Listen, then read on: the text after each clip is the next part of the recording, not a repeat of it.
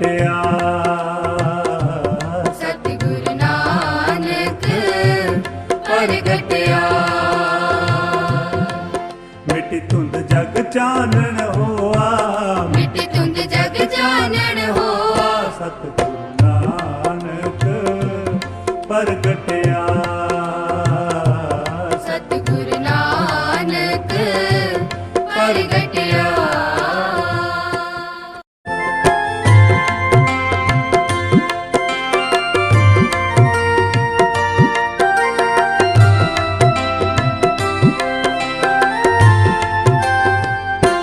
ਸਤਿਗੁਰੂ ਨਾਨਕ ਪ੍ਰਗਟਿਆ।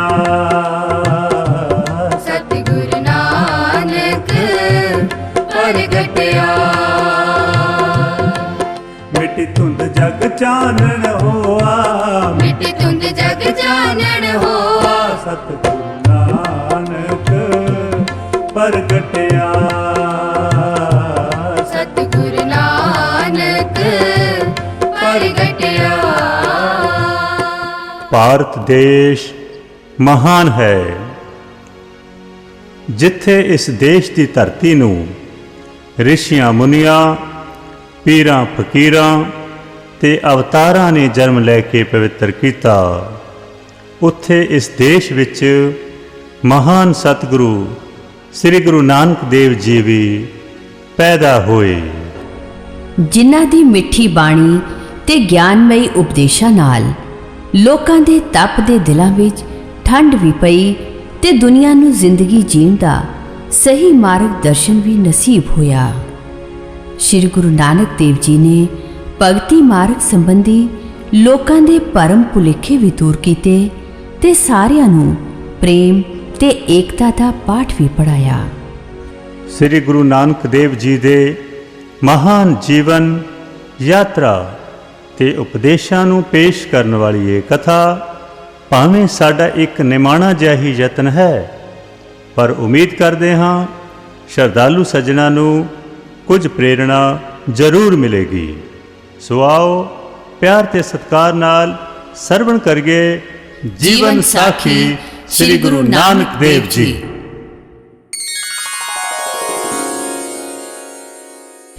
ਸਤਯੁਗ, ਤ੍ਰੇਤਾ ਤੇ ਦੁਆਪਰ ਤੋਂ ਬਾਅਦ ਕਲਯੁਗ ਆਇਆ।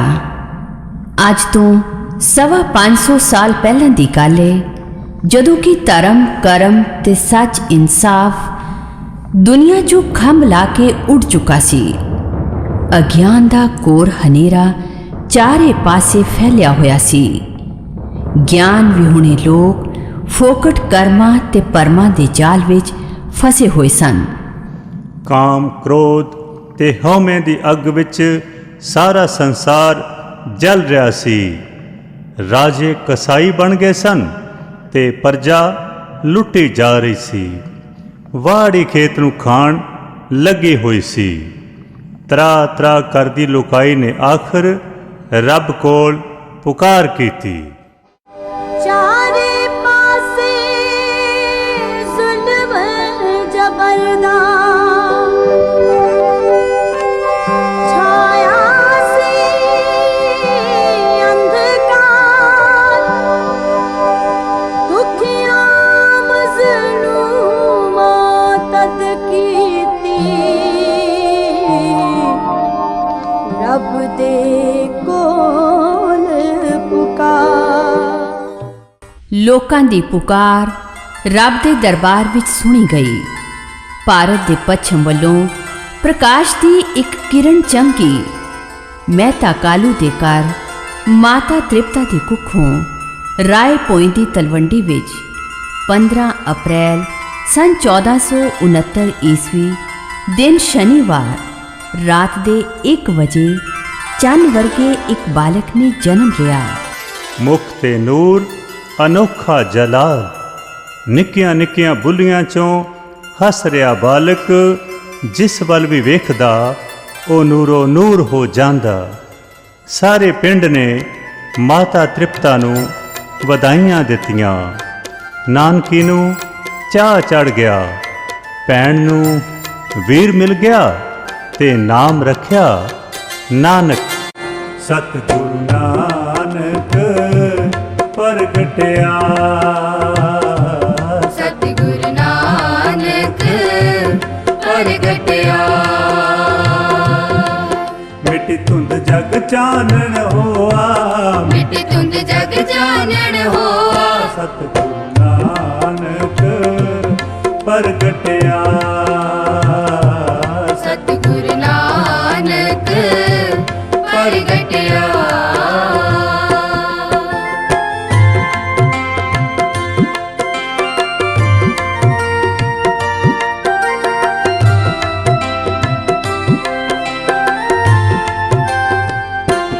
ਜਿਉਂ ਕਰ ਸੂਰਜ ਨਿਕਲਿਆ, ਜਿਉਂ ਕਰ ਸੂਰਜ ਨਿਕਲਿਆ। ਤਾਰੇ ਛਪੇ ਅੰਧੇਰ ਪਲੋਆ, ਤਾਰੇ ਛਪੇ ਅੰਧੇਰ ਪਲੋਆ। ਸਤਿਗੁਰੂ ਨਾਨਕ ਪ੍ਰਗਟਿਆ। ਸਤਿਗੁਰੂ ਨਾਨਕ ਪ੍ਰਗਟਿਆ।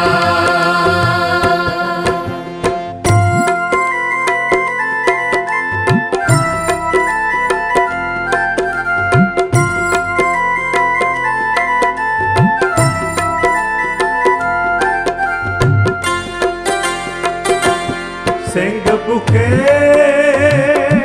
ਮਿਰਗਾਵਲੀ, ਸਿੰਘ ਬੁਕੇ ਮਿਰਗਾਵਲੀ। ਪੰਨ ਜਾਏ ਨ ਤੀਰ ਕਰੋਆ, ਬਣੀ ਜਾਏ ਨ ਤੀਰ ਤਰੋਆ। ਸਤਿਗੁਰੂ ਨਾਨਕ ਪ੍ਰਗਟਿਆ। ਸਤਿਗੁਰੂ ਨਾਨਕ ਪ੍ਰਗਟਿਆ। ਜਿਉਂ-ਜਿਉਂ ਨਾਨਕ ਵੱਡਾ ਹੋ ਰਿਹਾ ਸੀ, ਉਵੇਂ-ਉਵੇਂ ਲੋਕ ਹੈਰਾਨ ਹੁੰਦੇ। ਬਾਲਕਾਂ ਨਾਲ ਖੇਡਦਾ, ਬ੍ਰਹਮ ਗਿਆਨ ਦੀਆਂ ਗੱਲਾਂ ਕਰਦਾ, ਨਸੀਹਤਾਂ ਦਿੰਦਾ, ਤੇਰੋ ਨਾਮ ਜਪਦਾ। ਜਦੋਂ 7 ਸਾਲ ਦਾ ਹੋਇਆ ਤਾਂ ਪਾਂਦੇ ਪਾਸ ਪੜਨ ਭੇਜਿਆ। ਨਾਨਕ ਦੀ ਸੁਰਤ ਬੜੀ ਉੱਚੀ ਸੀ। ਪਾਂਦੇ ਤੋਂ ਅਜੀਬ ਸਵਾਲ ਪੁੱਛਦਾ। ਫਿਰ ਮੁੱਲਾਂ ਪਾਸ ਭੇਜਿਆ। ਹਿੰਦੀ, ਸੰਸਕ੍ਰਿਤ, ਅਰਬੀ ਤੇ ਫਾਰਸੀ ਨਾਨਕ ਨੇ ਬੜੀ ਜਲਦੀ ਸਿੱਖ ਲਈ। ਮੁੱਲਾ ਜਾਣ ਗਿਆ ਇਹ ਕੋਈ ਵੱਡਾ ਔਲੀਆ ਪ੍ਰਗਟ ਹੋਇਆ। ਸਭ ਕੋਈ ਆਖੇ ਨਾਨਕ ਜੰਮਦੇ ਨੂੰ ਖੁਦਾਏ ਦੀ ਮਿਹਰ ਹੋਈ ਹੈ। 9 ਸਾਲਾਂ ਦੇ ਨਾਨਕ ਨੂੰ ਜੰਝੂ ਪਾਉਣ ਲੱਗੇ, ਪਰ ਨਾਨਕ ਨੇ ਕਿਹਾ, ਪੰਡਿਤ ਜੀ ਤੁਸੀਂ ਮੇਰੇ ਗਲ ਵਿੱਚ ਸਤ ਸੰਤੋਖ ਤੇ ਦਇਆ ਧਰਮ ਦਾ ਜਨੇਊ ਪਾਓ, ਕਿਉਂਕਿ ਨਾ ਇਹ ਟੁੱਟਦਾ ਹੈ, ਨਾ ਸੜਦਾ ਹੈ ਤੇ ਨਾ ਹੀ ਇਹ ਮੈਲਾ ਹੁੰਦਾ ਹੈ। ਤਨ ਹਨ ਉਹ ਲੋਕ ਜਿਨ੍ਹਾਂ ਨੇ ਐਸਾ ਜਨੇਊ ਪਹਿਨਿਆ ਹੋਇਆ ਹੈ। 12-13 ਸਾਲਾਂ ਦਾ ਨਾਨਕ ਬੜਾ ਗੰਭੀਰ ਰਹਿੰਦਾ।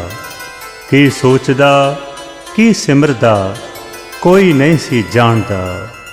ਪਿਤਾ ਨੇ ਕਿਹਾ, ਪੁੱਤਰ ਮੱਝਾਂ ਹੀ ਚਾਰ ਲਿਆਇਆ ਕਰ।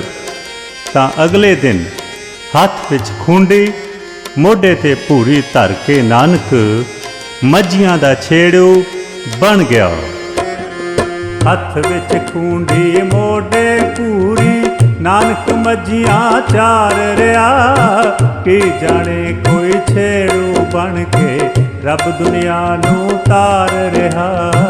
ਕੀ ਜਾਣੇ ਕੋਈ ਛੇੜੂ ਬਣ ਕੇ ਰੱਬ ਦੁਨੀਆ ਨੂੰ ਤਾਰ ਰਿਹਾ।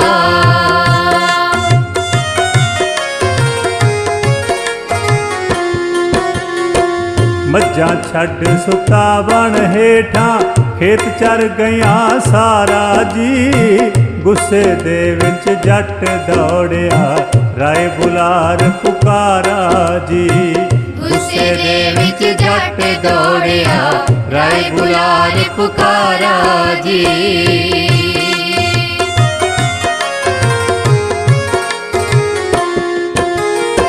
ਪਿੰਡੋਂ ਤੁਰੀ ਪੰਚਾਇਤ ਪਿੰਡ ਦੀ, ਨਾਲ ਲਏ ਸਰਦਾਰ ਕਈ। ਹਰਿਆ ਭਰਿਆ ਖੇਤ ਵੇਖ ਕੇ ਹੋਰ ਸਨ ਬਲਿਹਾਰ ਕਈ। ਹਰਿਆ ਭਰਿਆ ਖੇਤ ਵੇਖ ਕੇ ਹੋਰ ਸਨ ਬਲਿਹਾਰ ਕਈ।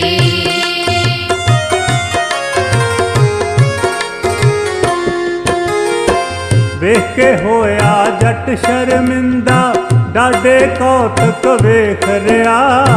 ਰਾਏ ਬੁਲਾਰ ਗੁਰੂ ਦੇ ਚਰਨੀ, ਝੁਕ ਝੁਕ ਮੱਥਾ ਟੇਕ ਰਿਹਾ। ਰਾਏ ਬੁਲਾਰ ਗੁਰੂ ਦੇ ਚਰਨੀ, ਝੁਕ ਝੁਕ ਮੱਥਾ ਟੇਕ ਰਿਹਾ। ਰਾਏ ਬੁਲਾਰ ਗੁਰੂ ਦੇ ਚਰਨੀ, ਝੁਕ ਝੁਕ ਮੱਥਾ ਟੇਕ ਰਿਹਾ। ਰਾਏ ਬੁਲਾਰ ਗੁਰੂ ਦੇ ਚਰਨੀ, ਝੁਕ ਝੁਕ ਮੱਥਾ ਟੇਕ ਰਿਹਾ। ਨਾਨਕ ਖੇਤਾਂ ਵਿੱਚ ਮੱਝੀਆਂ ਵੀ ਚਰਾਉਂਦਾ ਤੇ ਹੋਰ ਵੀ ਕੰਮ ਕਰਾਉਂਦਾ, ਪਰ ਮਹਿਤਾ ਕਾਲੂ ਜੀ ਨੂੰ ਨਾਨਕ ਦਾ ਕੋਈ ਵੀ ਕੰਮ ਪਸੰਦ ਨਾ ਆਉਂਦਾ ਤੇ ਇੰਜ ਕੁਝ ਸਾਲ ਹੋਰ ਬੀਤ ਗਏ। ਹੁਣ ਪਿਤਾ ਨੇ ਨਾਨਕ ਦਾ ਪਿਆਰ ਘਰ ਵਿੱਚ ਪਾਉਣ ਵਾਸਤੇ ਵਿਆਹ ਕਰਨ ਦਾ ਮਨ ਬਣਾਇਆ। 16 ਸਾਲਾਂ ਦੀ ਉਮਰ ਦੇ ਨਾਨਕ ਦਾ ਵਿਆਹ ਮੂਲ ਚੰਦ ਖੱਤਰੀ ਦੀ ਬੇਟੀ ਸੁਲੱਖਣੀ ਨਾਲ ਹੋਣਾ ਨਿਯਤ ਹੋਇਆ। ਨਾਨਕ ਦੀ ਜੰਝ ਸ਼ਹਿਰ ਬਟਾਲੇ ਟੁੱਕੀ। ਵਿਆਹ ਦੇ ਬਾਅਦ ਵੀ ਨਾਨਕ ਦਾ ਮਨ ਕਿਸੇ ਕਾਰ ਵੱਲ ਨਾ ਲੱਗਾ। ਤਲਵੰਡੀ ਆਏ ਸਾਧੂ ਸੰਤ ਫਕੀਰਾਂ ਨਾਲ ਨਾਨਕ ਜੀ ਮਿਲਦੇ, ਬਚਨ ਬਿਲਾਸ ਕਰਦੇ। ਫਿਰ ਪਿਤਾ ਨੇ ਕਿਹਾ, ਪੁੱਤਰ ਖੇਤੀ ਨਹੀਂ ਤਾਂ ਹੱਟੀ ਕਰ ਲੈ। 7 ਬਚਨ ਕਹਿ ਪਿਤਾ ਦਾ ਹੁਕਮ ਮੰਨ ਨਾਨਕ ਹੱਟੀ ਤੇ ਬੈਠ ਗਿਆ। ਇੱਕ ਵਾਰੀ 20 ਰੁਪਏ ਦਾ ਸੌਦਾ ਲੈਣ ਇੱਕ ਸਾਥੀ ਨੂੰ ਨਾਲ ਲੈ ਕੇ ਨਾਨਕ ਘਰੋਂ ਤੁਰ ਗਿਆ ਤਾਂ ਚੂੜ ਕਾਣੇ ਦੇ ਜੰਗਲਾਂ ਵਿੱਚ ਕਈ ਭੁੱਖੇ ਸਾਧੂ ਫਕੀਰ ਵੇਖੇ। ਸਾਰੀ ਰਕਮ ਦਾ ਰਸਤ ਪਾਣੀ ਲਿਆ, ਲੰਗਰ ਬਣਾ ਸਭ ਨੂੰ ਛਕਾ ਦਿੱਤਾ ਤੇ ਕਿਹਾ, ਦੁਨੀਆ ਦੇ ਸਭ ਸੌਦੇ ਕੂੜੇ, ਇਹੀ ਸੱਚਾ ਸੌਦਾ ਹੈ। ਖਾਲੀ ਹੱਥ ਜਦ ਘਰ ਆਏ ਤਾਂ ਪਿਤਾ ਜੀ ਸਖਤ ਨਾਰਾਜ਼ ਹੋਏ, ਪਰ ਭੈਣ ਨਾਨਕੀ ਨੇ ਅੱਗੇ ਹੋ ਕੇ ਰੋਕ ਲਿਆ ਤੇ ਕਿਹਾ, ਪਿਤਾ ਜੀ ਤੁਸੀਂ ਮੇਰੇ ਵੀਰ ਤੇ ਨਾਰਾਜ਼ ਨਾ ਹੋਵੋ। ਭੁੱਖਿਆਂ ਦਾ ਢਿੱਡ ਭਰ ਕੇ ਇਹਨੇ ਕੋਈ ਮਾੜਾ ਕੰਮ ਨਹੀਂ ਕੀਤਾ, ਇਹਨੇ ਤਾਂ ਤੁਹਾਡੀ ਕਮਾਈ ਸਫਲੀ ਹੀ ਕੀਤੀ ਹੈ। ਨਾਨਕ ਹੋਰ ਗੰਭੀਰ ਹੋ ਗਿਆ। ਹਰ ਵੇਲੇ ਕੁਝ ਸੋਚਦਾ ਰਹੇ, ਕੁਝ ਸਿਮਰਦਾ ਰਹੇ। ਪਿਤਾ ਨੂੰ ਫਿਕਰ ਹੋਇਆ ਨਾਨਕ ਨੂੰ ਕੋਈ ਗਹਿਰਾ ਰੋਗ ਲੱਗ ਗਿਆ। ਵੈਦ ਬੁਲਾਇਆ। ਵੈਦ ਨੇ ਬਾਂਹ ਪਕੜੀ, ਪਰ ਨਾਨਕ ਜੀ ਮੁਸਕਰਾਏ ਤੇ ਕਿਹਾ, ਵੈਦ ਜੀ ਮੈਨੂੰ ਕੋਈ ਤਨ ਦਾ ਰੋਗ ਨਹੀਂ, ਮੇਰੇ ਤਾਂ ਮਨ ਵਿੱਚ ਪ੍ਰਭੂ ਪ੍ਰੇਮ ਦੀ ਤਾਂਘ ਹੈ। ਨਾਨਕ ਦੇ ਵਿਆਹ ਨੂੰ ਕੁਝ ਸਾਲ ਬੀਤੇ। ਉਹਨਾਂ ਦੇ ਘਰ ਪਹਿਲਾਂ ਸ਼੍ਰੀ ਚੰਦ ਤੇ ਫਿਰ ਲਖਮੀ ਦਾਸ ਨੇ ਜਨਮ ਲਿਆ।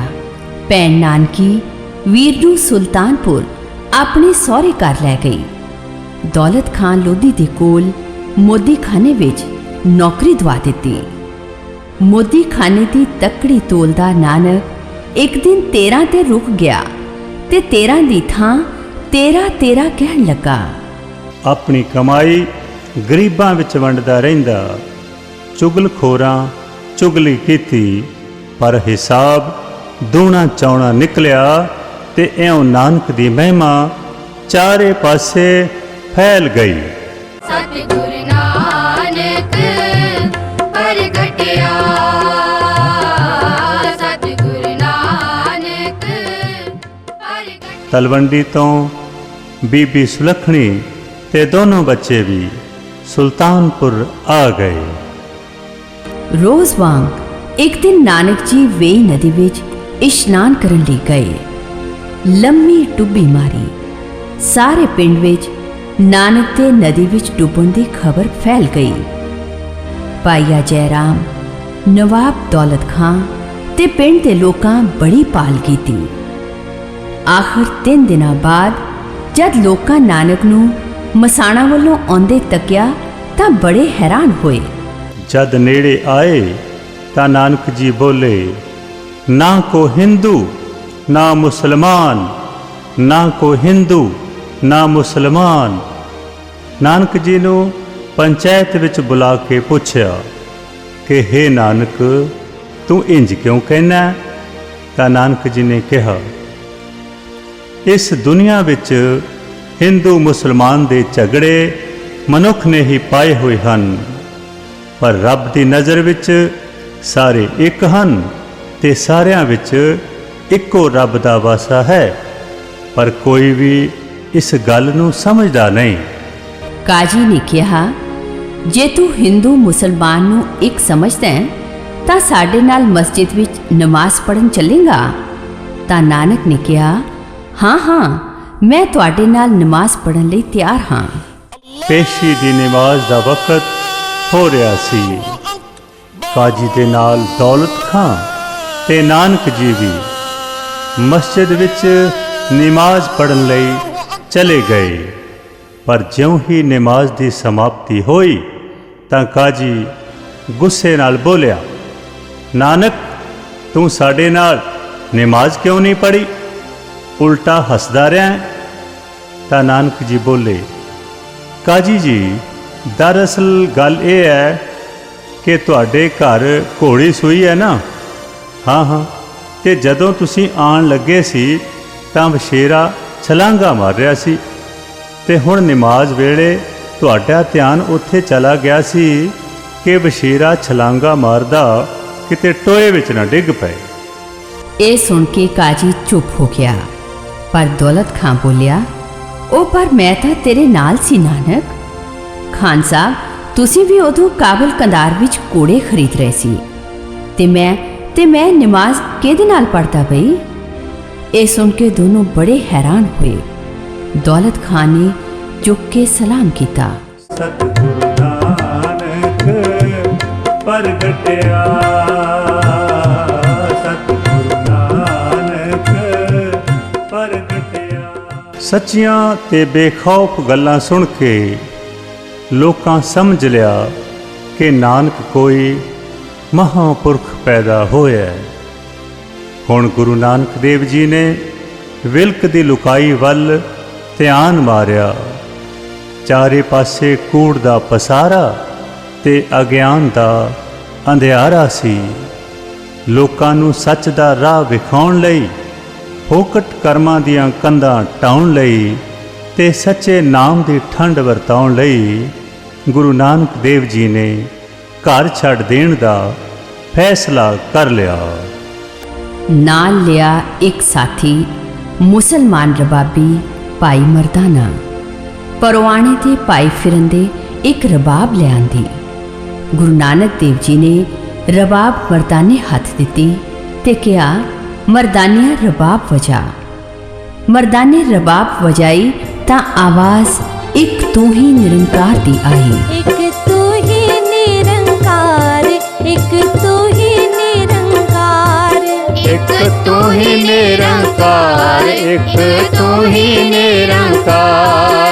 बोलो सत करतार, बोलो सत करतार, बोलो सत करतार, बोलो सत करतार। एक तू ही निरंकार, एक तू ही निरंकार। गुरु नानक देव जी घर छड़ तुरे। अपने सुखां नूं त्याग, संसार दे दुखां नूं दूर करन लई घर परिवार ते पिंड छड़ के परदेसी हो तुरे। सुल्तानपुरों चल के गुरु जी ते भाई मरदाना एमनाबाद आए ते भाई लालो नूं जा सत करतार बुलाई। भाई लालो गरीब तरखान दे घर गुरु जी थोड़े चिर लई ठहरे हुए सन कि शहर दे अजारेदार मलक भागो ने ब्रह्म भोज ते गुरु नानक देव जी नूं भी अपने घर बुलाया। बड़ी ताकीद कारण गुरु जी भाई लालो दी कोदरे दी रोटी समेत ब्रह्म भोज विच शामिल हो गए। गुरु जी अगे स्वादी पकवाना वाला थाल टिकाया गया, पर गुरु जी ने कहा, मलक भागो, ਅਸੀਂ ਤੇਰਾ ਇਹ ਭੋਜਨ ਨਹੀਂ ਖਾ ਸਕਦੇ, ਕਿਉਂਕਿ ਤੇਰੀ ਰੋਟੀ ਵਿੱਚੋਂ ਗਰੀਬਾਂ ਦਾ ਖੂਨ ਨਜ਼ਰ ਆ ਰਿਹਾ ਹੈ। ਇਹ ਸੁਣ ਕੇ ਭਾਗੋ ਗੁੱਸੇ ਵਿੱਚ ਆ ਗਿਆ ਤਾਂ ਗੁਰੂ ਨਾਨਕ ਦੇਵ ਜੀ ਨੇ ਇੱਕ ਹੱਥ ਕੋਦਰੇ ਦੀ ਰੋਟੀ ਤੇ ਦੂਜੇ ਹੱਥ ਭਾਗੋ ਦੀਆਂ ਪੂੜੀਆਂ ਲੈ ਕੇ ਹੱਥਾਂ ਨੂੰ ਉੱਪਰ ਚੁੱਕਿਆ ਤੇ ਮੁੱਠੀਆਂ ਨੂੰ ਘੁੱਟਿਆ। ਕੋਦਰੇ ਦੀ ਰੋਟੀ ਚੋਂ ਦੁੱਧ ਦੀ ਧਾਰ ਵਗ ਰਹੀ ਸੀ ਤੇ ਪੂੜੀਆਂ ਚੋਂ ਲਹੂ ਸਿਮ ਰਿਹਾ ਸੀ। ਇਹ ਵੇਖ ਕੇ ਮਲਕ ਭਾਗੋ ਹੱਕਾ ਬੱਕਾ ਰਹਿ ਗਿਆ ਤੇ ਚਰਨਾਂ ਤੇ ਟਹਿ ਪਿਆ। ਹੱਕ ਪਰਾਇਆ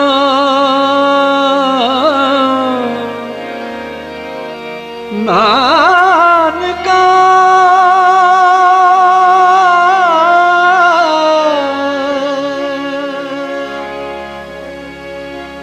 ਉਸ ਸੁਰ ਉਸ ਗਾਏ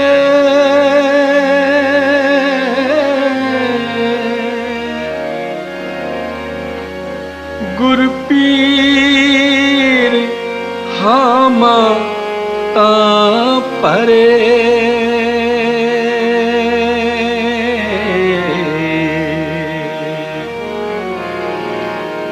ਜਾ ਮੁਰਦਾਰ ਨਾ ਖਾ।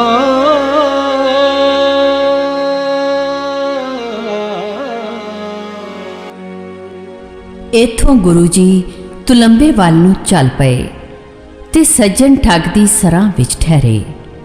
ਸੱਜਣ ਠੱਗ ਨਾਮ ਦਾ ਸੱਜਣ, ਪਰ ਦਿਲ ਦਾ ਚੋਰ। ਗੁਰੂ ਜੀ ਨੂੰ ਵੀ ਆਪਣੇ ਜਾਲ ਵਿੱਚ ਫਸਾਉਣ ਲੱਗਾ, ਪਰ ਗੁਰੂ ਜੀ ਮਰਦਾਨੇ ਦੀ ਰਬਾਬ ਨਾਲ ਇਹ ਸ਼ਬਦ ਗਾਉਣ ਲੱਗੇ।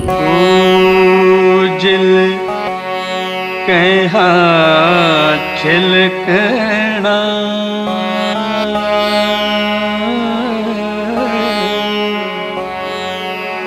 ਕੋਟਮ ਕਾਲੜੇ ਮਸੇ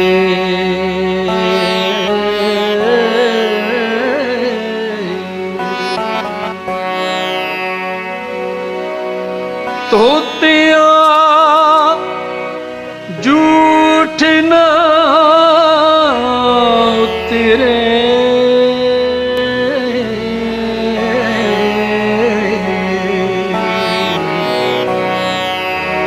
ਜੇ ਸੋ ਤੋਂ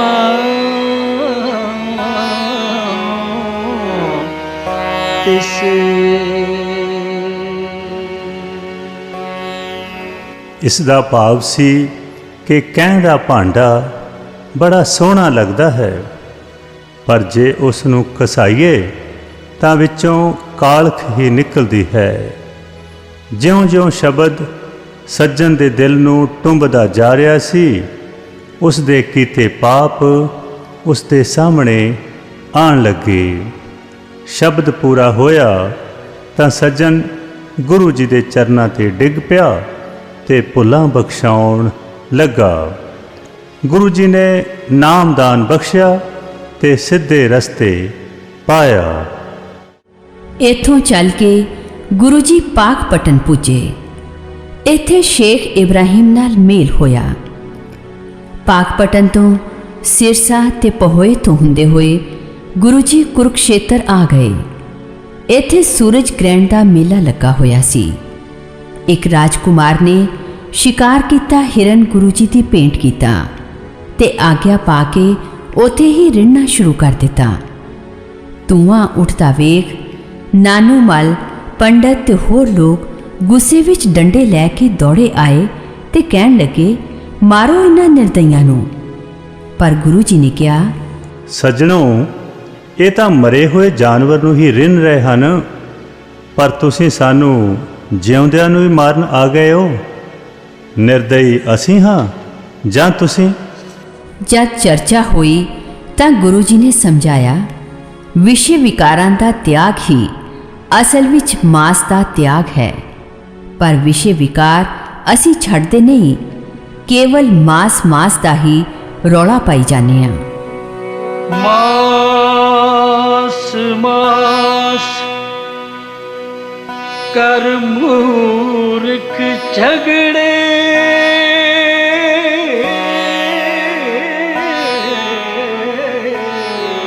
ਗਿਆਨ ਧਿਆਨ ਨਹੀਂ ਜਾਣੇ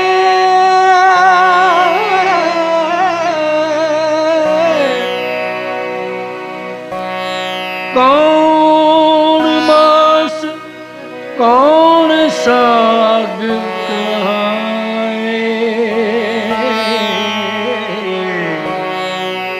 ਕਿਸ ਮੈਂ ਪਾਪ ਸਮਾਣੇ। ਗੁਰੂ ਜੀ ਦੇ ਹੋਰ ਵਿਚਾਰ ਸੁਣ ਕੇ ਬਹੁਤ ਸਾਰੇ ਲੋਕ ਗੁਰੂ ਜੀ ਦੇ ਸ਼ਰਧਾਲੂ ਬਣ ਗਏ। ਚਲਦੇ ਚਲਦੇ ਗੁਰੂ ਜੀ ਹਰਿਦੁਆਰ ਵੀ ਪੁੱਜੇ।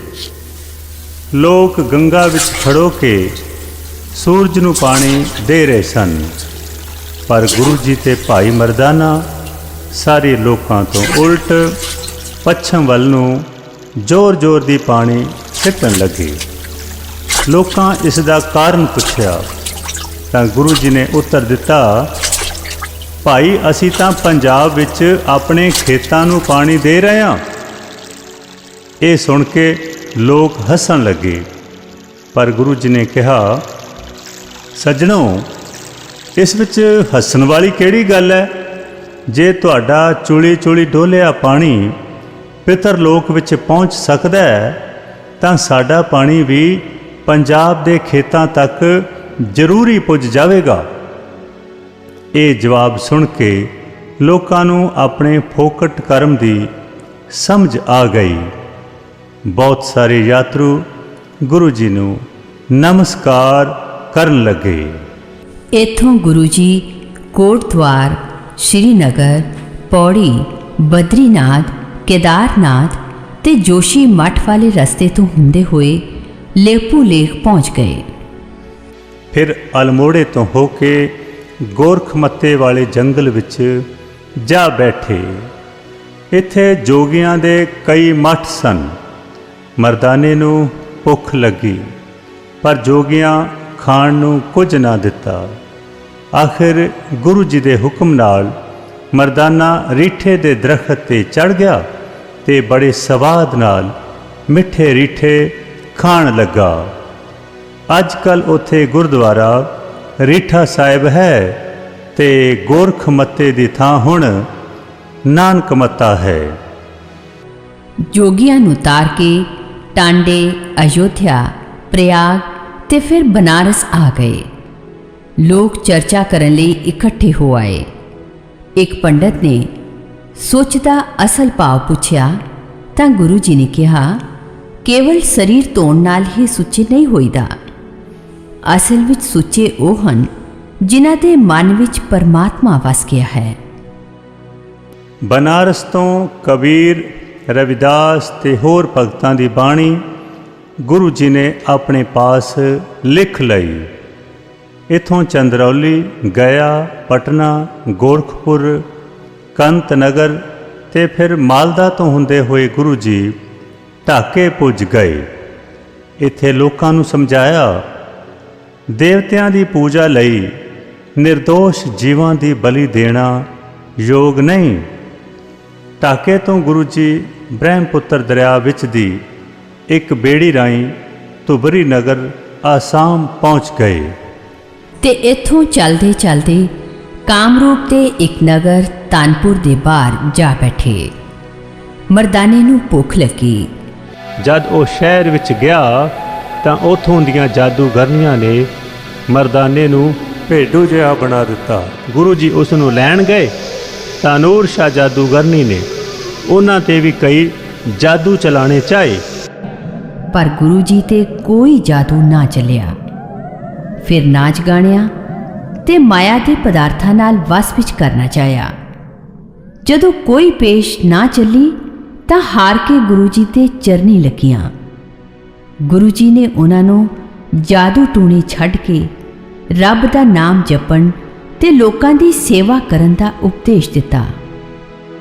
ਕਾਮਰੂਪ ਤੋਂ ਚੱਲ ਕੇ ਗੁਰੂ ਜੀ ਨਾਗਿਆਂ ਦੇ ਦੇਸ਼ ਚਲੇ ਗਏ।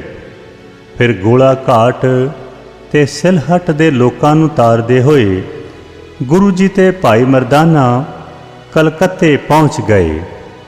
ਇੱਥੋਂ ਦਾ ਗੁਰਦੁਆਰਾ ਬੜੀ ਸਿੱਖ ਸੰਗਤ ਗੁਰੂ ਨਾਨਕ ਸਾਹਿਬ ਦੇ ਉੱਥੇ ਜਾਣ ਦੀ ਯਾਦ ਦਿਲਾਉਂਦਾ ਹੈ। ਕਲਕੱਤੇ ਤੋਂ ਗੁਰੂ ਜੀ ਕਦੀ ਬੇੜੀ ਅਤੇ ਕਦੀ ਪੈਦਲ ਸਫ਼ਰ ਕਰਦੇ ਕਰਦੇ ਉੜੀਸਾ ਦੇ ਨਗਰ ਕਟਕ ਪੁੱਜ ਗਏ ਤੇ ਉੱਥੋਂ ਪੁਰੀ ਵੱਲ ਨੂੰ ਚੱਲ ਪਏ। ਪੁਰੀ ਵਿਖੇ ਕਲਯੁਗ ਨਾਮ ਦਾ ਇੱਕ ਪੰਡਤ ਮਿਲਿਆ, ਜਿਸ ਨੇ ਕਈ ਭਿਆਨਕ ਰੂਪ ਧਾਰ ਕੇ ਗੁਰੂ ਜੀ ਤੇ ਭਾਈ ਮਰਦਾਨੇ ਨੂੰ ਡਰਾਉਣ ਦੀ ਕੋਸ਼ਿਸ਼ ਕੀਤੀ।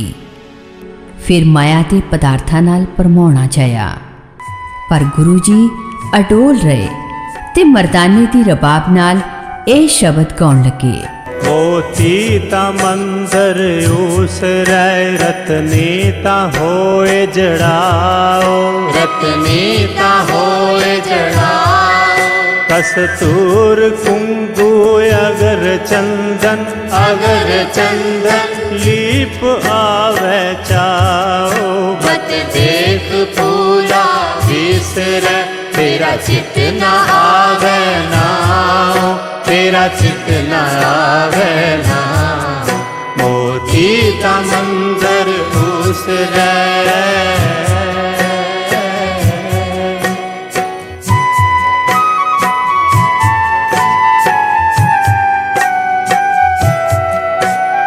हर दिन जियो जल बल जाओ, जियो जल बल जाओ, मैं अपना गुर पूछ देखा अवर नाही थाओ, अवर नाही थाओ, मत देख फूला बिसर, तेरा चित न आवे नाओ, तेरा चित न आवे नाओ।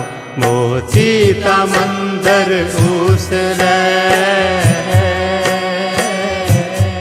ਪੂਰਾ ਸ਼ਬਦ ਸੁਣ ਕੇ ਕਲਯੁਗ ਚਰਨੀ ਲੱਗਾ ਤੇ ਗੁਰੂ ਜੀ ਦਾ ਸੇਵਕ ਬਣਿਆ।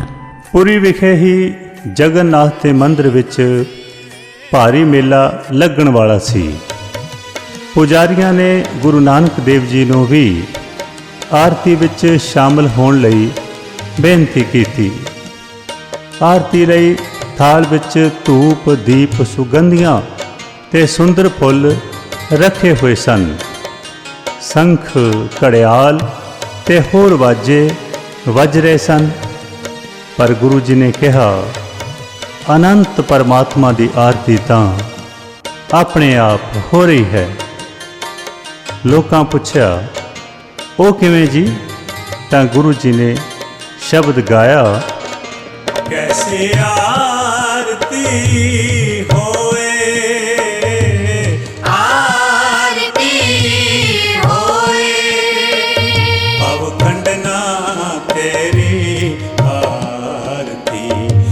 खंडना तेरी आरती, कैसी आरती होए, आरती होए, अनहता शब्द वजंत पेरी, अनहता शब्द वजंत पेरी, कैसी आरती होए,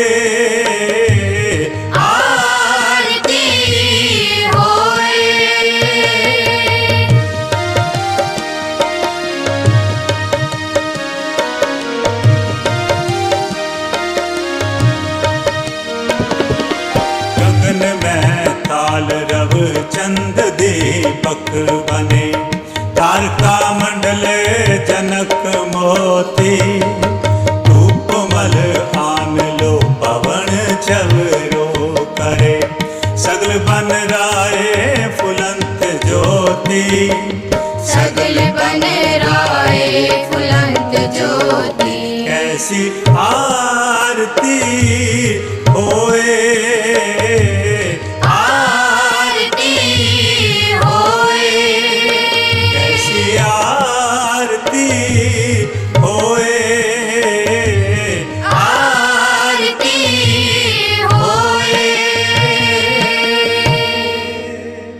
सतगुरु जी ने समझाया, ਆਕਾਸ਼ ਇੱਕ ਥਾਲ ਹੈ।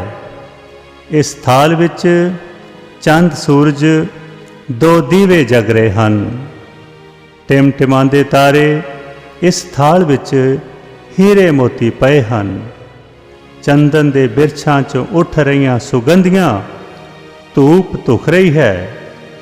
ਠੰਡੀ ਮਿੱਠੀ ਹਵਾ ਚੌਰ ਚੁਲਾ ਰਹੀ ਹੈ ਤੇ ਸਾਰੀ ਬਨਸਪਤੀ ਦੇ ਫੁੱਲ ਈਸ਼ਵਰ ਲਈ ਪੂਜਾ ਦੇ ਫੁੱਲ ਹਨ।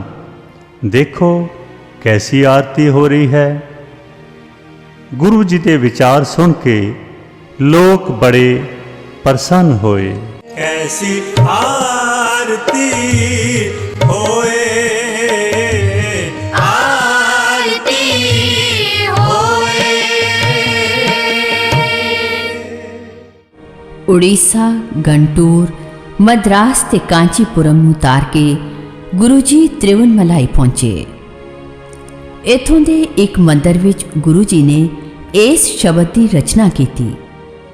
ਬਾਲੀ ਰੋਵੈ ਨਾਹੀਂ ਪਤਾਰ, ਨਾਨਕ ਦੁਖੀਆ ਸਭ ਸੰਸਾਰ। ਤ੍ਰਿਚਨਾਪੱਲੀ, ਨਾਗਾਪਟਨਮ ਤੇ ਤ੍ਰਿਨਕੋਮਲੀ ਤੋਂ ਹੁੰਦੇ ਹੋਏ ਗੁਰੂ ਜੀ ਤੇ ਭਾਈ ਮਰਦਾਨਾ ਸ਼੍ਰੀ ਲੰਕਾ ਦੇ ਸ਼ਹਿਰ ਬੈਠੀ ਕੁਲਾ ਵੀ ਪਹੁੰਚੇ। ਉਥੋਂ ਦੇ ਰਾਜੇ ਸ਼ਿਵਨਾਭ ਨੇ ਗੁਰੂ ਨਾਨਕ ਦੇਵ ਜੀ ਦਾ ਨਾਮ ਤਾਂ ਸੁਣਿਆ ਹੋਇਆ ਸੀ, ਪਰ ਫਿਰ ਵੀ ਪਰਖਣ ਲਈ ਮਨਮੋਹਣੀਆਂ ਇਸਤਰੀਆਂ ਭੇਜੀਆਂ, ਜਿਨ੍ਹਾਂ ਤਰ੍ਹਾਂ ਤਰ੍ਹਾਂ ਦੇ ਹਾਵ ਭਾਵ ਦਿਖਾ ਕੇ ਗੁਰੂ ਜੀ ਨੂੰ ਭਰਮਾਉਣਾ ਚਾਹਿਆ। ਪਰ ਸਤਿਗੁਰੂ ਨਾਨਕ ਦੇਵ ਜੀ ਨੇ ਕਿਹਾ, ਬੇਟਿਓ ਇਹ ਕੰਮ ਸ਼ੋਭਾਦਾਇਕ ਨਹੀਂ। ਗੁਰੂ ਦਾ ਸ਼ਬਦ ਪ੍ਰਾਪਤ ਕਰਕੇ ਰੱਬ ਦਾ ਨਾਮ ਜਪੋ ਤੇ ਜੀਵਨ ਸਫਲ ਕਰੋ। ਗੁਰੂ ਜੀ ਦੇ ਅੰਮ੍ਰਿਤ ਬੋਲ ਸੁਣ ਕੇ ਸਾਰੀਆਂ ਚਰਨਾਂ ਤੇ ਟਹਿ ਪਈਆਂ ਤੇ ਰਾਜਾ ਸ਼ਿਵਨਾਭ ਵੀ ਗੁਰੂ ਜੀ ਦਾ ਸਿੱਖ ਬਣਿਆ। ਗੁਰੂ ਜੀ ਨੇ ਸਾਰਿਆਂ ਨੂੰ ਪ੍ਰਭੂ ਭਗਤੀ ਤੇ ਸੇਵਾ ਦੀ ਦਾਤ ਬਖਸ਼ੀ। ਗੁਰੂਕੁਲ ਮੰਡਪ ਵਿੱਚ ਲੋਕ ਗੁਰੂ ਨਾਨਕ ਦੇਵ ਜੀ ਨੂੰ ਸਿੱਧ ਬਾਬਾ ਨਾਥ ਦੇ ਨਾਮ ਨਾਲ ਯਾਦ ਕਰਦੇ ਹਨ। ਕਲਮੁਨਾਏ, ਟਿਊਕੋਇਲ, ਪਾਤੂਵਿਲ ਤੇ ਪਾਨਮ ਤੋਂ ਹੁੰਦੇ ਹੋਏ ਗੁਰੂ ਜੀ ਲੰਕਾ ਦੇ ਕੋਟੀ ਰਾਜ ਵੀ ਪੁੱਜੇ। ਕੋਟੀ ਤੋਂ ਸੀਤਾਵਾਕਾ, ਅਨੁਰਾਧਪੁਰਾ ਤੇ ਫਿਰ ਸੇਤੂਬੰਦ ਰਮੇਸ਼ਵਰਮ ਆ ਗਏ। ਪਾਲਮ ਤੇ ਕੋਟਾਇਮ ਨਗਰਾਂ ਦੇ ਕੋਲ ਪੁਰਾਣਾ ਜੋਗੀਆਂ ਦਾ ਡੇਰਾ ਸੀ। ਗੁਰੂ ਜੀ ਨੇ ਜੋਗੀਆਂ ਨੂੰ ਵੰਡ ਛਕਣ ਦਾ ਸਿਧਾਂਤ ਦੱਸਿਆ, ਪਰ ਉਹਨਾਂ ਗੁਰੂ ਜੀ ਨੂੰ ਇੱਕ ਤਿਲ ਭੇਂਟ ਕੀਤਾ ਤੇ ਕਿਹਾ, ਇਸ ਨੂੰ ਵੰਡ ਕੇ ਵਿਖਾਓ। ਗੁਰੂ ਜੀ ਨੇ ਤਿਲ ਨੂੰ ਕੁੰਡੇ ਵਿੱਚ ਪਾ ਕੇ ਕੁੱਟ ਕੇ ਸ਼ਰਧਾਈ ਬਣਾ ਕੇ ਸਭ ਨੂੰ ਛਕਾ ਦਿੱਤਾ। ਜੋਗੀ ਚਰਨੀ ਡਿੱਗੇ। ਹੁਣ ਉੱਥੇ ਗੁਰਦੁਆਰਾ ਤਿਲਗੰਜੀ ਸਾਹਿਬ ਹੈ। ਇੱਥੋਂ ਚੱਲ ਕੇ ਗੁਰੂ ਜੀ ਅਨਾਮਲਾਏ ਪਰਬਤ ਕੋਲ ਆ ਗਏ। ਇੱਥੇ ਭਿਆਨਕ ਜੰਗਲੀ ਲੋਕ ਰਹਿੰਦੇ ਸਨ। ਜਦ ਮਰਦਾਨਾ ਗੁਰੂ ਜੀ ਤੋਂ ਕੁਝ ਦੂਰ ਗਿਆ ਤਾਂ ਕੌਡੇ ਨਾਮ ਦੇ ਰਾਖਸ਼ ਨੇ ਮਰਦਾਨੇ ਨੂੰ ਪਕੜ ਲਿਆ ਤੇ ਖਾਣ ਲਈ ਮਾਰਨ ਲੱਗਾ, ਪਰ ਗੁਰੂ ਜੀ ਤੁਰੰਤ ਉੱਥੇ ਪਹੁੰਚ ਗਏ। ਚਿਹਰੇ ਦੇ ਜਲਾਲ ਤੇ ਅੱਖਾਂ ਦੇ ਤੇਜ ਨੂੰ ਨਾ ਚੱਲਦਾ ਹੋਇਆ ਕੌਡਾ ਗੁਰੂ ਜੀ ਦੇ ਚਰਨੀ ਲੱਗਾ। ਗੁਰੂ ਜੀ ਨੇ ਉਸ ਨੂੰ ਬੰਦਿਆਂ ਨੂੰ ਮਾਰਨ ਤੋਂ ਹਟਾਇਆ ਤੇ ਲੋਕਾਂ ਦੀ ਸੇਵਾ ਵਿੱਚ ਲਾਇਆ। ਪੰਚਵਟੀ, ਔਰੰਗਾਬਾਦ ਤੇ ਓਂਕਾਰ ਤੋਂ ਚਲਦੇ ਚਲਦੇ ਗੁਰੂ ਜੀ ਤੇ ਭਾਈ ਮਰਦਾਨਾ ਬਿਦਰ ਪਹੁੰਚੇ। ਇੱਥੇ ਮਿੱਠੇ ਪਾਣੀ ਦਾ ਚਸ਼ਮਾ ਨਾਨਕ ਚੀਰਾ ਗੁਰੂ ਜੀ ਦੀ ਯਾਦ ਨੂੰ ਅੱਜ ਵੀ ਤਾਜ਼ਾ ਕਰਦਾ ਹੈ। ਨਾਂਦੇੜ ਵਿਖੇ ਇੱਕ ਫਕੀਰ ਸੈਯਦ ਸ਼ਾਹ ਹੁਸੈਨ ਲੱਕੜ ਨਾਲ ਗਿਆਨ ਗੋਸ਼ਟ ਹੋਈ।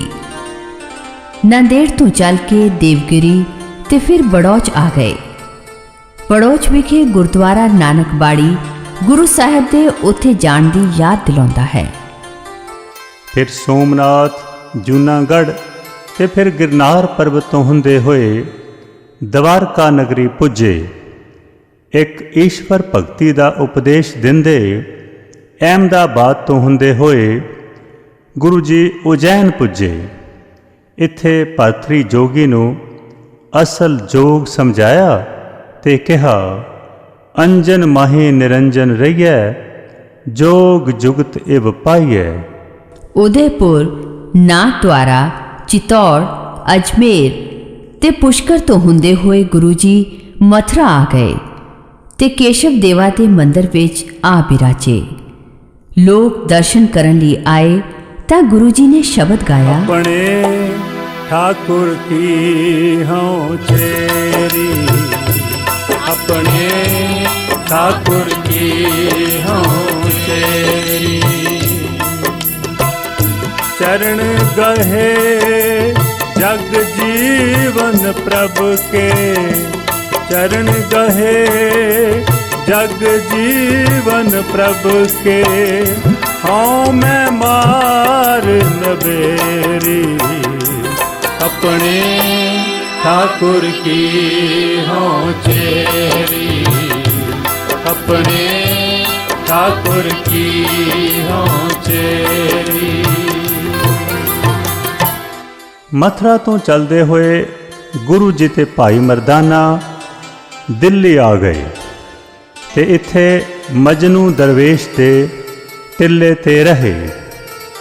ਦਿੱਲੀ ਤੋਂ ਗੁਰੂ ਜੀ ਪਾਣੀਪਤ ਪੁੱਜੇ। ਇੱਥੇ ਸ਼ੇਖਤਾਰ ਗੁਰੂ ਜੀ ਦਾ ਸ਼ਰਧਾਲੂ ਬਣਿਆ। ਪਾਣੀਪਤ, ਥਾਨੇਸਰ ਤੇ ਸੰਗਰੂਰ ਤੋਂ ਹੁੰਦੇ ਹੋਏ ਗੁਰੂ ਜੀ ਪਿੰਡ ਤਖਤੂਪੁਰੇ ਆ ਗਏ। ਹੁਣ ਗੁਰੂ ਜੀ ਨੂੰ ਘਰੋਂ ਗਿਆ 12 ਸਾਲ ਹੋ ਗਏ ਸਨ। ਘਰ ਵਿੱਚ ਪੁੱਤਰ ਵਿਆਕੁਲ ਹੋ ਗਏ, ਬੀਬੀ ਸੁਲੱਖਣੀ ਉਦਾਸ, ਮਾਤਾ ਪਿਤਾ ਵੀ ਨਾਨਕ ਬਾਰੇ ਸੋਚਦੇ ਤੇ ਭੈਣ ਨਾਨਕੀ ਉਡੀਕਾਂ ਕਰਦੀ।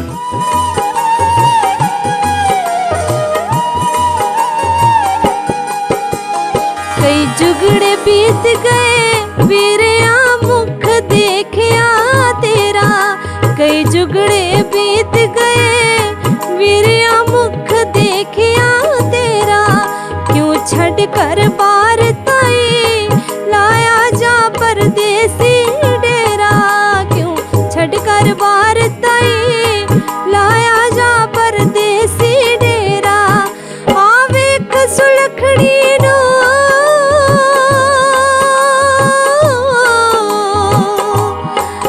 ਆ ਵੇਖ ਸੁਲੱਖਣੀ ਨੂੰ, ਤੇਰੀ ਦੀਦ ਚ ਹੋ ਕੇ ਪਰਦੀ। ਕਹਿੰਦੇ ਨਾਨਕ ਨੂੰ ਤੇਰੀ ਭੈਣੀ ਉਡੀਕਾਂ ਕਰਦੀ। ਮਰਦਾਨਿਆ ਰਬਾਬ ਉਠਾ, ਭੈਣ ਉਡੀਕ ਰਹੀ ਹੈ, ਪਹਿਲਾਂ ਸੁਲਤਾਨਪੁਰੀ ਚੱਲ ਗਏ। ਸਤਲੁਜ ਪਾਰ ਕਰ ਗੁਰੂ ਜੀ ਸੁਲਤਾਨਪੁਰ ਪੁੱਜੇ। ਭੈਣ ਨੂੰ ਚਾਹ ਚੜ੍ਹ ਗਿਆ। ਵੀਰ ਨੂੰ ਮਿਲ ਡਾਢੀ ਖੁਸ਼ ਹੋਈ। ਸ੍ਰੀ ਗੁਰੂ ਨਾਨਕ ਦੇਵ ਜੀ ਨੂੰ ਸਭ ਤੋਂ ਪਹਿਲਾਂ ਰੱਬੀ ਰੂਪ ਸਮਝਣ ਵਾਲੀ ਉਹਨਾਂ ਦੀ ਭੈਣ ਨਾਨਕੀ ਹੀ ਸੀ। ਦੂਜਾ ਸੀ ਤਲਵੰਡੀ ਦਾ ਚੌਧਰੀ ਰਾਏ ਬੁਲਾਰ ਪੱਟੀ, ਤੀਜਾ ਸੀ ਭਾਈ ਮਰਦਾਨਾ ਤੇ ਫਿਰ ਬਾਕੀ ਸਭ ਲੋਕ। ਭੈਣ ਨਾਨਕੀ ਗੁਰੂ ਨਾਨਕ ਦੇਵ ਜੀ ਤੋਂ 5 ਸਾਲ ਵੱਡੀ ਸੀ। ਗੁਰੂ ਜੀ ਦੇ ਇੱਕ ਪੁੱਤਰ ਸ੍ਰੀ ਚੰਦ ਨੂੰ ਭੈਣ ਨਾਨਕੀ ਨੇ ਹੀ ਪਾਲਿਆ ਸੀ। ਸੁਲਤਾਨਪੁਰ ਤੋਂ ਪੱਟੀ, ਖਾਲੜਾ ਤੇ ਕਵਿੰਡੀ ਦੇ ਲੋਕਾਂ ਨੂੰ ਉਤਾਰਦੇ ਹੋਏ ਗੁਰੂ ਜੀ ਤੇ ਭਾਈ ਮਰਦਾਨਾ ਤਲਵੰਡੀ ਪੁੱਜੇ। ਮਾਤਾ ਪਿਤਾ, ਪਤਨੀ ਤੇ ਪੁੱਤਰ ਗੁਰੂ ਜੀ ਨੂੰ ਮਿਲ ਬੜੇ ਪ੍ਰਸੰਨ ਹੋਏ। ਰਾਏ ਬੁਲਾਰ ਤੇ ਸਾਰਾ ਪਿੰਡ ਗੁਰੂ ਜੀ ਦੇ ਦਰਸ਼ਨਾਂ ਨੂੰ ਚੱਲ ਆਇਆ। ਭਾਈ ਮਰਦਾਨਾ ਜੀ ਵੀ ਆਪਣੇ ਪਰਿਵਾਰ ਨੂੰ ਜਾ ਮਿਲੇ ਤੇ ਇੱਥੇ ਗੁਰੂ ਜੀ ਦੀ ਪਹਿਲੀ ਲੰਬੀ ਉਦਾਸੀ ਸੰਪੂਰਨ ਹੋਈ। ਭਾਈ ਮਨੀ ਸਿੰਘ ਵਾਲੀ ਜਨਮ ਸਾਖੀ ਅਨੁਸਾਰ ਭਾਈ ਬਾਲਾ ਦੂਸਰੀ ਉਦਾਸੀ ਵੇਲੇ ਗੁਰੂ ਜੀ ਦੇ ਨਾਲ ਸੀ। ਤਲਵੰਡੀ ਤੋਂ ਚੱਲ ਕੇ ਗੁਰੂ ਜੀ ਤੇ ਭਾਈ ਬਾਲਾ ਮਰਦਾਨਾ ਲਾਹੌਰ ਆਏ। ਇੱਥੇ ਇੱਕ ਦੁਨੀ ਚੰਦ ਲੱਖਪਤੀ ਗੁਰੂ ਜੀ ਦੀ ਸ਼ਰਨ ਆਇਆ ਤੇ ਬੇਨਤੀ ਕਰਨ ਲੱਗਾ, ਸਤਿਗੁਰੂ ਜੀ ਮੇਰਾ ਵੀ ਕੁਝ ਪਾਰ ਉਤਾਰਾ ਕਰੋ। ਗੁਰੂ ਜੀ ਨੇ ਉਸ ਨੂੰ ਇੱਕ ਸੂਈ ਦੇ ਕੇ ਕਿਹਾ, ਇਹਨੂੰ ਸਾਂਭ ਰੱਖ, ਮਰਨ ਤੋਂ ਬਾਅਦ ਅਗਲੀ ਦਰਗਾਹ ਵਿੱਚ ਸਾਨੂੰ ਮੋੜ ਦੇਈਂ। ਪਰ ਜਦੋਂ ਉਸ ਨੂੰ ਸਮਝ ਆਈ ਕਿ ਮਰਨ ਤੋਂ ਬਾਅਦ ਬੰਦੇ ਦੇ ਨਾਲ ਕੁਝ ਨਹੀਂ ਜਾ ਸਕਦਾ ਤਾਂ ਸੂਈ ਮੋੜਨ ਲੱਗਾ। ਪਰ ਸਤਿਗੁਰਾਂ ਸਮਝਾਇਆ, ਦੁਨੀ ਚੰਦ ਇਹ ਧਨ ਦੌਲਤ ਵੀ ਇੱਥੇ ਹੀ ਰਹਿ ਜਾਵੇਗਾ, ਕਿਹਦੇ ਲਈ ਜੋੜਦਾ ਹੈ? ਗਰੀਬਾਂ ਵਿੱਚ ਵੰਡ ਦੇ। ਦੁਨੀ ਚੰਦ ਚਰਨੀ ਡਿੱਗਾ ਤੇ ਦਾਨ ਪੁੰਨ ਕਰਨ ਲੱਗਾ। ਪਾਟਾ ਕੱਪੜਾ ਕਦੇ ਨਾ ਦਾਨ ਕੀਤਾ,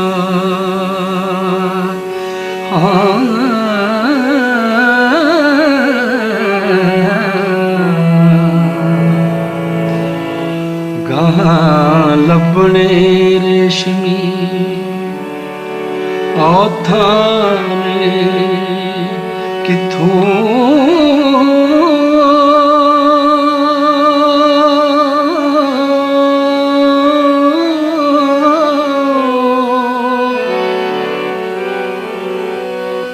ਰੋਟੀ ਜਮਾ ਦੀ ਕਦੇ ਨਾ ਉਹ ਪੁੰਨ ਕੀਤੀ,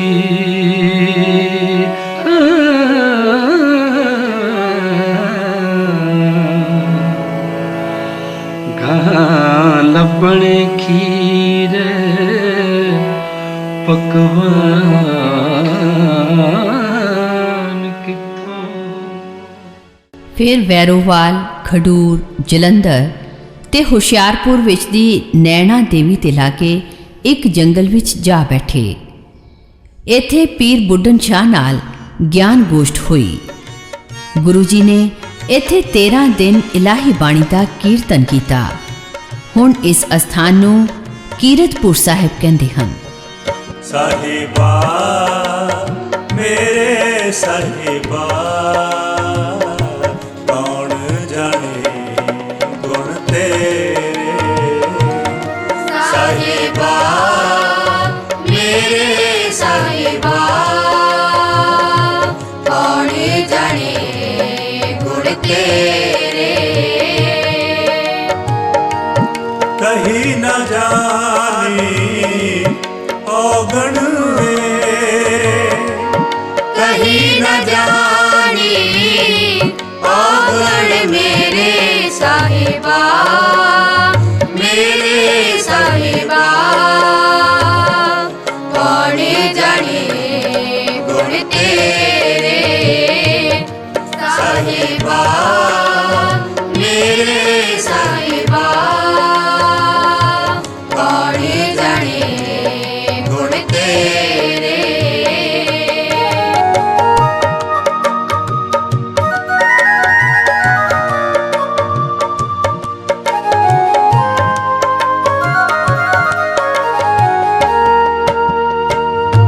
ਜੇਤਾ ਸਮੁੰਦ ਸਾਗਰ ਨੀਰ ਭਰਿਆ, ਤੇ ਔਗਣ ਹਮਾਰੇ, ਤੇ ਔਗਣ ਹਮਾਰੇ। ਦਇਆ ਕਰੋ ਕਿਛ ਮੇਰੀ ਵਾਵੋ, ਡੁੱਬਦੇ ਪੱਥਰ ਤਾਰੇ। ਸਾਹਿਬਾ ਮੇਰੇ ਸਾਹਿਬਾ, ਕੌਣ ਜਾਣੇ ਗੁਣ ਤੇਰੇ। ਸਾਹਿਬਾ ਮੇਰੇ ਸਾਹਿਬਾ, ਕੌਣ ਜਾਣੇ ਗੁਣ ਤੇਰੇ।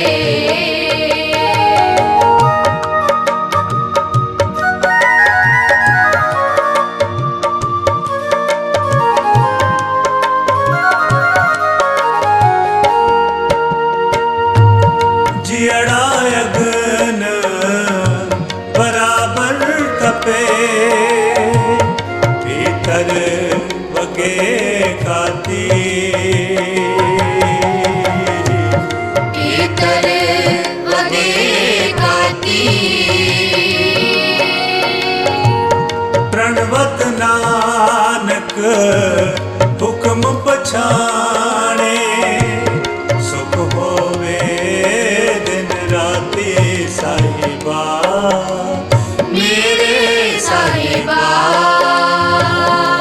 ਕੌਣ ਜਾਣੇ ਗੁਣ ਤੇਰੇ ਸਾਹਿਬਾ, ਮੇਰੇ ਸਾਹਿਬਾ।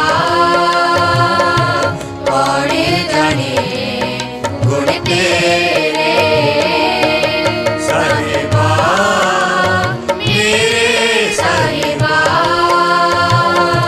ਕੌਣ ਜਾਣੇ ਗੁਣ ਤੇਰੇ। ਫਿਰ ਮੰਡੀ, ਰਵਾਲਸਰ, ਮਨੀਕਰਨ, ਜਵਾਲਾ ਜੀ ਤੇ ਕਾਂਗੜੇ ਤੋਂ ਹੁੰਦੇ ਹੋਏ ਬੈਜਨਾਥ ਦੇ ਰਾਜੇ ਨੂੰ ਉਪਦੇਸ਼ ਦਿੱਤਾ। ਫਿਰ ਨਗਰ, ਲਾਹੌਲ, ਚੰਦਰਕਲਾ, ਸਪਿਤੀ, ਚੌਮੂਰਤੀ ਤੇ ਥੋਲਿੰਗ ਦੇ ਅਸਥਾਨਾਂ ਤੋਂ ਹੁੰਦੇ ਹੋਏ ਗੁਰੂ ਜੀ ਮਾਨਸਰੋਵਰ ਅਤੇ ਕੈਲਾਸ਼ ਪਰਬਤ ਤੇ ਪਹੁੰਚ ਗਏ। ਸਿੱਧ ਮੰਡਲੀ ਬੜੀ ਹੈਰਾਨ ਹੋਈ, ਪਰ ਗੁਰੂ ਜੀ ਨੇ ਕਿਹਾ, ਅਸੀਂ ਪਰਮਾਤਮਾ ਦੀ ਸ਼ਕਤੀ ਨਾਲ ਇੱਥੇ ਪਹੁੰਚੇ ਹਾਂ। ਤੁਹਾਡੇ ਪਾਸ ਬੜੀਆਂ ਰਿੱਧੀਆਂ ਸਿੱਧੀਆਂ ਤੇ ਕਰਾਮਾਤਾਂ ਤਾਂ ਹਨ, ਪਰ ਸੰਸਾਰ ਨੂੰ ਇਹਨਾਂ ਦਾ ਕੋਈ ਲਾਭ ਨਹੀਂ। ਭਾਰਤ ਵਿੱਚ ਬੜਾ ਘੋਰ ਅੰਧਾਰ ਹੈ। ਤੁਸੀਂ ਪਹਾੜਾਂ ਤੋਂ ਉਤਰ ਕੇ ਜਾਓ ਤੇ ਲੋਕਾਂ ਦਾ ਕਲਿਆਣ ਕਰੋ। ਗਿਆਨ ਗੋਸ਼ਟ ਹੋਈ ਤਾਂ ਸਿੱਧ ਗੁਰੂ ਜੀ ਦੇ ਨਵੀਨ ਵਿਚਾਰਾਂ ਤੋਂ ਬੜੇ ਪ੍ਰਭਾਵਿਤ ਹੋਏ। ਇੱਥੋਂ ਚੱਲ ਕੇ ਗੁਰੂ ਜੀ ਨੇਪਾਲ ਵੱਲ ਨੂੰ ਹੋ ਪਏ। ਕਾਠਮਾਂਡੂ ਵਿਖੇ ਰਾਜਾ ਰਘੁਬੀਰ ਸਿੰਘ ਗੁਰੂ ਜੀ ਦਾ ਸ਼ਰਧਾਲੂ ਬਣਿਆ। ਮਾਨਸਰੋਵਰ ਦੇ ਕੰਢੇ 4 ਮੰਦਰਾਂ ਵਿੱਚ ਅੱਜ ਵੀ ਗੁਰੂ ਜੀ ਦੀ ਮੂਰਤੀ ਹੈ।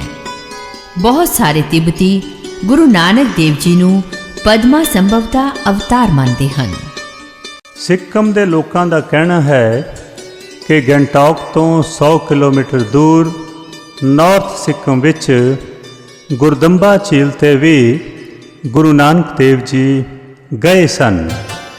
ਉੱਥੇ ਇੱਕ ਪੱਥਰ ਤੇ ਗੁਰੂ ਜੀ ਦੀਆਂ ਖੜਾਵਾਂ ਦੇ ਨਿਸ਼ਾਨ ਅਜੇ ਵੀ ਦਿਸਦੇ ਹਨ।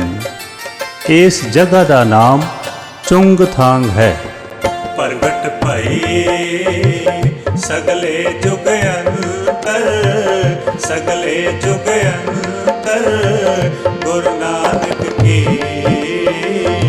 ਵਡਿਆਈ, ਗੁਰੂ ਨਾਨਕ ਕੀ ਵਡਿਆਈ।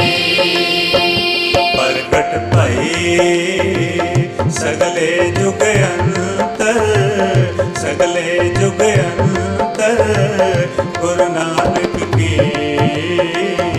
ਵਡਿਆਈ, ਗੁਰੂ ਨਾਨਕ ਕੀ ਵਡਿਆਈ। ਸੁਣੀ ਅਰਦਾਸ ਸੁਆਮੀ ਮੇਰੇ, ਸੁਣੀ ਅਰਦਾਸ ਸੁਆਮੀ ਮੇਰੇ, ਸਰਬ ਕਲਾ ਬਣ ਆਈ। ਪ੍ਰਗਟ ਭਈ ਸਗਲੇ ਜੁਗ ਅੰਤਰ, ਸਗਲੇ ਜੁਗ ਅੰਤਰ, ਗੁਰੂ ਨਾਨਕ ਕੀ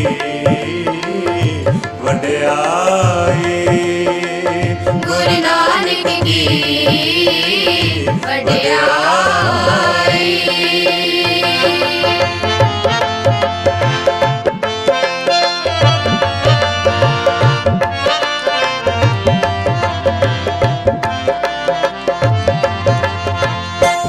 ਕਰ ਇਸ਼ਨਾਨ ਸਿਮਰ ਪ੍ਰਭ ਆਪਣਾ, ਮਨ ਤਨ ਭਏ ਕਰੋਗਾ।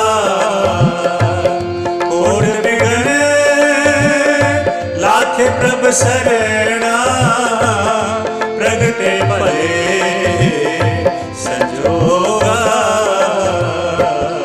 ਪ੍ਰਗਟ ਭਈ ਸਗਲੇ ਜੁਗ ਅੰਤਰ, ਸਗਲੇ ਜੁਗ ਅੰਤਰ ਗੁਰੂ ਨਾਨਕ ਕੀ ਵਡਿਆਈ ਗੁਰੂ ਨਾਨਕ ਕੀ ਵਡਿਆਈ ਗੁਰੂ ਨਾਨਕ ਕੀ ਵਡਿਆਈ ਗੁਰੂ ਨਾਨਕ ਕੀ ਵਡਿਆਈ। ਫਿਰ ਗੌਰਤੋਕ ਰੂਤੋਕ ਪਾਨਸੌਂਗ ਝੀਲ ਤੇ ਚਸ਼ੂਲ ਵਿੱਚ ਦੀ ਗੁਰੂ ਜੀ ਲੱਦਾਖ ਪਹੁੰਚੇ। ਇੱਥੇ ਕਾਰੂ ਨਗਰ ਦੇ ਕੋਲ ਲੱਦਾਖ ਦਾ ਸਭ ਤੋਂ ਪੁਰਾਣਾ ਗੁੰਫਾ ਹੇਮਸ ਹੈ। ਉੱਥੋਂ ਦੇ ਲੋਕਾਂ ਦਾ ਵਿਸ਼ਵਾਸ ਹੈ ਕਿ ਹੇਮਸ ਗੁੰਫੇ ਦੀ ਨੀਂਹ ਗੁਰੂ ਨਾਨਕ ਦੇਵ ਜੀ ਨੇ ਹੀ ਰੱਖੀ ਸੀ। ਲੱਦਾਖ ਤੋਂ ਕਰਗਿਲ, ਬਾਲਤਾਲ ਤੇ ਫਿਰ ਅਮਰਨਾਥ ਕਸ਼ਮੀਰ ਪੁੱਜੇ। ਮਟਨ ਵਿਖੇ ਬ੍ਰਹਮਦਾਸ ਨੂੰ ਦੱਸਿਆ, ਦਿਨ ਰਾਤ ਕਿਤਾਬਾਂ ਪੜ੍ਹ ਕੇ ਹੀ ਰੱਬ ਨੂੰ ਨਹੀਂ ਪਾਇਆ ਜਾਂਦਾ ਤੇ ਨਾ ਹੀ ਉਹ ਕਿਸੇ ਕਰਮਕਾਂਡ ਤੇ ਹੀ ਰੀਝਦਾ ਹੈ। ਉਹ ਤਾਂ ਕੇਵਲ ਪ੍ਰੇਮ ਭਗਤੀ ਦਾ ਹੀ ਭੁੱਖਾ ਹੈ। ਮਟਨ ਤੋਂ ਇਸਲਾਮਾਬਾਦ, ਬਾਰਾਮੂਲਾ ਤੇ ਕੋਹਾਲੇ ਤੋਂ ਹੁੰਦੇ ਹੋਏ ਗੁਰੂ ਜੀ ਤੇ ਭਾਈ ਬਾਲਾ ਮਰਦਾਨਾ ਹਸਨ ਅਬਦਾਲ ਇੱਕ ਪਹਾੜੀ ਹੇਠਾਂ ਜਾ ਬੈਠੇ। ਮਰਦਾਨੇ ਨੂੰ ਪਿਆਸ ਲੱਗੀ, ਪਰ ਪਾਣੀ ਪਹਾੜੀ ਤੇ ਸੀ ਤੇ ਵਲੀ ਕੰਧਾਰੀ ਦਾ ਕਬਜ਼ਾ ਸੀ।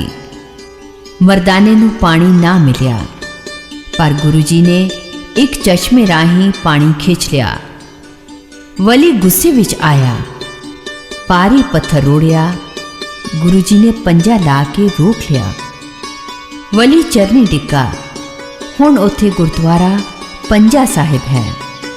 ਟਿੱਲਾ ਬਾਲ ਗੁੰਦਾਈ ਵਿਖੇ ਬਾਲਨਾਥ ਜੋਗੀ ਨੇ ਗੁਰੂ ਜੀ ਤੇ ਭਾਈ ਬਾਲੇ ਮਰਦਾਨੇ ਦਾ ਬੜਾ ਆਦਰ ਮਾਣ ਕੀਤਾ। ਫਿਰ ਪੁੱਛਿਆ, ਤੁਹਾਡਾ ਗੁਰੂ ਕੌਣ ਹੈ? ਤਾਂ ਗੁਰੂ ਨਾਨਕ ਦੇਵ ਜੀ ਨੇ ਉੱਤਰ ਦਿੱਤਾ, ਜਪ ਤਪ ਸੰਜਮ ਕਰਮ ਨ ਜਾਨ, ਨਾਮ ਜਪੀ ਪ੍ਰਭ ਤੇਰਾ।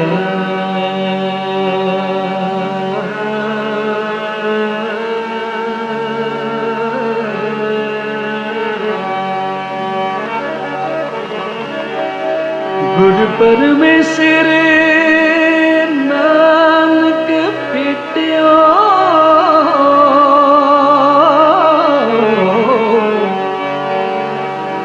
ਸਾਚੇ ਸ਼ਬਦ ਨਬੇਰਾ।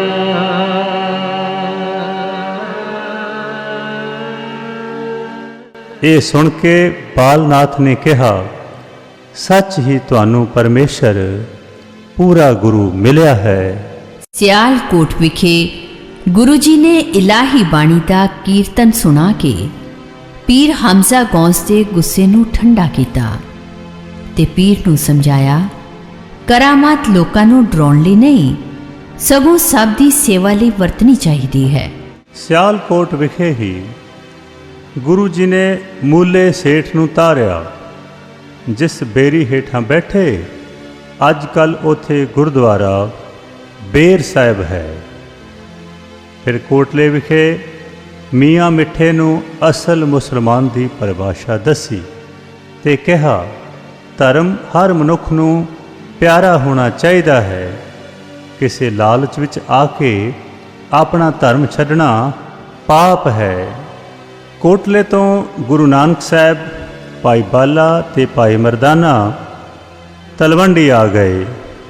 ਮਾਤਾ ਪਿਤਾ ਨੇ ਬਹੁਤ ਖੁਸ਼ੀ ਮਨਾਈ।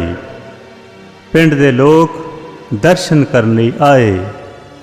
ਮਾਂ ਨੇ ਗੁਰੂ ਜੀ ਲਈ ਬੜੇ ਵਧੀਆ ਸਵਾਦੀ ਪਕਵਾਨ ਬਣਾਏ, ਪਰ ਗੁਰੂ ਨਾਨਕ ਦੇਵ ਜੀ ਨੇ ਕਿਹਾ, ਰੱਬ ਦੇ ਨਾਮ ਤੋਂ ਵੱਧ ਸਵਾਦੀ ਕੋਈ ਚੀਜ਼ ਨਹੀਂ। ਕੁਝ ਸਮਾਂ ਤਲਵੰਡੀ ਰਹਿ ਕੇ ਫਿਰ ਭੈਣ ਨੂੰ ਸੁਲਤਾਨਪੁਰ ਮਿਲੇ। ਇੱਥੇ ਗੁਰੂ ਜੀ ਨੇ ਕਈ ਦਿਨ ਸਤਸੰਗ ਦਾ ਪ੍ਰਵਾਹ ਚਲਾਇਆ ਤੇ ਏਕ ਓਂਕਾਰ ਦਾ ਨਾਮ ਜਪਾਇਆ। ਇੱਥੇ ਗੁਰੂ ਜੀ ਦੀ ਦੂਜੀ ਉਦਾਸੀ ਸੰਪੂਰਨ ਹੋਈ। ਇੱਕ ਦਿਨ ਭਾਈ ਮਰਦਾਨੇ ਬੇਨਤੀ ਕੀਤੀ, ਗੁਰੂ ਜੀ ਹੁਣ ਮੱਕੇ ਮਦੀਨੇ ਵੀ ਚੱਲੀਏ। ਤਾਂ ਬੇਨਤੀ ਨੂੰ ਮੰਨ ਕੇ ਗੁਰੂ ਜੀ ਤੇ ਭਾਈ ਮਰਦਾਨਾ ਦੋਨੋਂ ਮੱਕੇ ਮਦੀਨੇ ਦੀ ਯਾਤਰਾ ਲਈ ਚੱਲ ਪਏ। ਰਸਤੇ ਵਿੱਚ ਪਾਕ ਪਟਨ ਠਹਿਰੇ। ਇੱਥੇ ਸ਼ੇਖ ਇਬਰਾਹੀਮ ਨਾਲ ਦੂਜੀ ਵੇਰ ਮੇਲ ਹੋਇਆ। ਇਥੋਂ ਸ਼ੇਖ ਫਰੀਦ ਜੀ ਦੀ ਬਾਣੀ ਗੁਰੂ ਜੀ ਨੇ ਆਪਣੇ ਪਾਸ ਲਿਖ ਲਈ। ਪਾਕ ਪਟਨ ਤੋਂ ਗੁਰੂ ਜੀ ਮੁਲਤਾਨ ਨੂੰ ਚੱਲ ਪਏ ਤੇ ਉੱਥੋਂ ਟੁਰ ਕੇ ਉੱਚ ਪਹੁੰਚ ਗਏ। ਉੱਚ ਤੋਂ ਸਿੰਧ ਦਰਿਆ ਵਿੱਚ ਦੀ ਇੱਕ ਬੇੜੀ ਰਾਹੀਂ ਕੱਛ ਦੇ ਨਗਰ ਲਖਪਤ ਜ਼ਿਲ੍ਹਾ ਭੁਜ ਪਹੁੰਚ ਗਏ। ਲਖਪਤ ਤੋਂ ਗੁਰੂ ਜੀ ਤੇ ਭਾਈ ਮਰਦਾਨਾ ਕੋਟੇਸ਼ਵਰ ਤੋਂ ਹੋ ਕੇ ਹਿੰਗਲਾਜ ਤੇ ਇਥੋਂ ਸੋਨ ਮਿਆਨੀ ਬੰਦਰਗਾਹ ਤੇ ਆਏ। ਫਿਰ ਸਮੁੰਦਰ ਦੇ ਰਸਤੇ ਮੌਜੂਦਾ ਮਸਕਟ ਦੀ ਬੰਦਰਗਾਹ ਕਲਹਟ ਤੋਂ ਹੁੰਦੇ ਹੋਏ ਅਦਨ ਵਿੱਚ ਦੀ ਮੱਕੇ ਪਹੁੰਚ ਗਏ। ਬਾਬਾ ਫਿਰ ਮੱਕੇ ਗਿਆ, ਬਾਬਾ ਫਿਰ ਮੱਕੇ ਗਿਆ।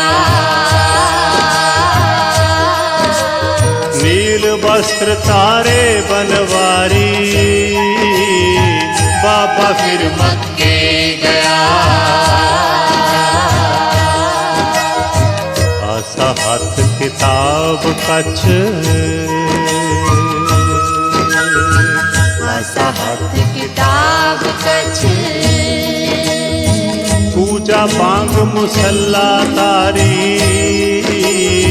ਬਾਬਾ ਫਿਰ ਮੱਕੇ ਗਿਆ। ਬੈਠਾ ਜਾਏ ਮਸੀਤ ਵਿੱਚ, ਬੈਠਾ ਜਾਏ ਮਸੀਤ ਵਿੱਚ, ਬੈਠਾ ਜਾਏ ਮਸੀਤ ਵਿੱਚ, ਬੈਠਾ ਜਾਏ ਮਸੀਤ ਵਿੱਚ। ਹੋ ਜਿੱਥੇ ਹਾਜੀ ਹਜ ਗੁਜ਼ਾਰੀ, ਬਾਬਾ ਫਿਰ ਮੱਕੇ ਗਿਆ।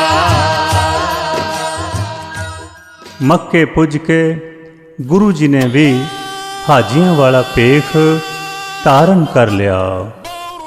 ਹਜ ਦੀ ਆਖਰੀ ਰਾਤ ਆਈ ਤਾਂ ਗੁਰੂ ਨਾਨਕ ਦੇਵ ਜੀ ਕਾਬੇ ਵੱਲ ਪੈਰ ਕਰਕੇ ਸੌਂ ਗਏ। ਸਵੇਰ ਹੋਈ ਤਾਂ ਜੀਵਨ ਨਾਂ ਦੇ ਇੱਕ ਹਾਜੀ ਨੇ ਗੁਰੂ ਜੀ ਦੇ ਲੱਤ ਕੱਢ ਮਾਰੀ ਤੇ ਕਿਹਾ, ਓਏ ਤੂੰ ਕਿਹੜਾ ਕਾਫਰ ਏ ਜੋ ਖੁਦਾ ਦੇ ਘਰ ਵੱਲ ਪੈਰ ਕਰਕੇ ਸੁੱਤਾ ਪਿਆ ਏ। ਗੁਰੂ ਜੀ ਨੇ ਕਿਹਾ, ਭਰਾਵਾ ਬੁੱਢਾ ਸਰੀਰ ਹੈ, ਕਈ ਦਿਨਾਂ ਦੇ ਥੱਕੇ ਆਂ, ਹੁਣ ਤੇ ਹਿੱਲਿਆ ਵੀ ਨਹੀਂ ਜਾਂਦਾ। ਤੂੰ ਹੀ ਮੇਰੇ ਪੈਰ ਉਧਰ ਕਰ ਦੇ ਜਿੱਧਰ ਖੁਦਾ ਦਾ ਘਰ ਨਹੀਂ ਹੈ। ਜੀਵਨ ਨੇ ਗੁੱਸੇ ਨਾਲ ਪੈਰ ਦੂਜੇ ਪਾਸੇ ਕੀਤੇ ਤਾਂ ਹਾਜੀਆਂ ਨੂੰ ਕਾਬਾ ਵੀ ਉਧਰ ਹੀ ਘੁੰਮਦਾ ਨਜ਼ਰ ਹੀ ਆਇਆ। ਜਾਰੀ ਕਲਾ ਵੇਖ ਜੀਵਨ ਚਰਨੀ ਡਿੱਗਾ ਤੇ ਕਿਹਾ, ਗਰੀਬ ਨਿਵਾਜ ਬਖਸ਼ੋ। ਗੁਰੂ ਜੀ ਨੇ ਕਿਹਾ, ਅੱਲਾ ਫਜ਼ਲ ਕਰੇ, ਰੱਬ ਇੱਕੋ ਥਾਂ ਨਹੀਂ, ਸਰਬ ਵਿਆਪਕ ਹੈ। ਤੁਸੀਂ ਜਾਣਦੇ ਹੋਏ ਭੁੱਲੇ ਸੀ। ਸੱਚੇ ਮੁਸਲਮਾਨ ਬਣੋ, ਨੇਕ ਅਮਲ ਕਰੋ। ਹਾਜੀਆਂ ਸਜਦਾ ਕੀਤਾ ਤੇ ਕਿਹਾ, ਨਾਨਕ ਸ਼ਾਹ ਫਕੀਰ ਤੂੰ ਜਾਰਾ ਪੀਰ ਹੈ।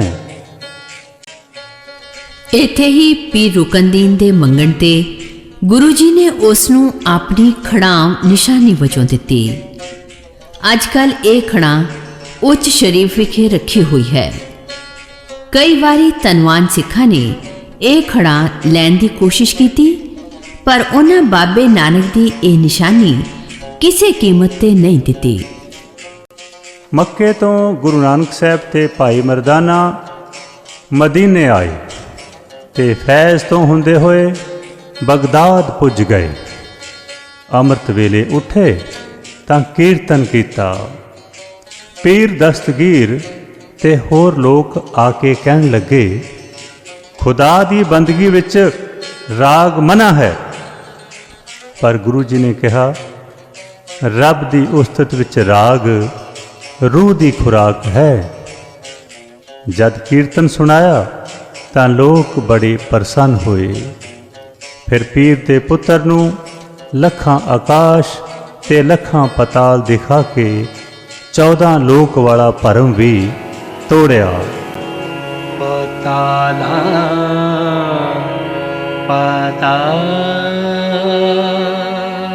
ਲੱਖ ਆਗਾਸਾਂ ਆਗਾਸ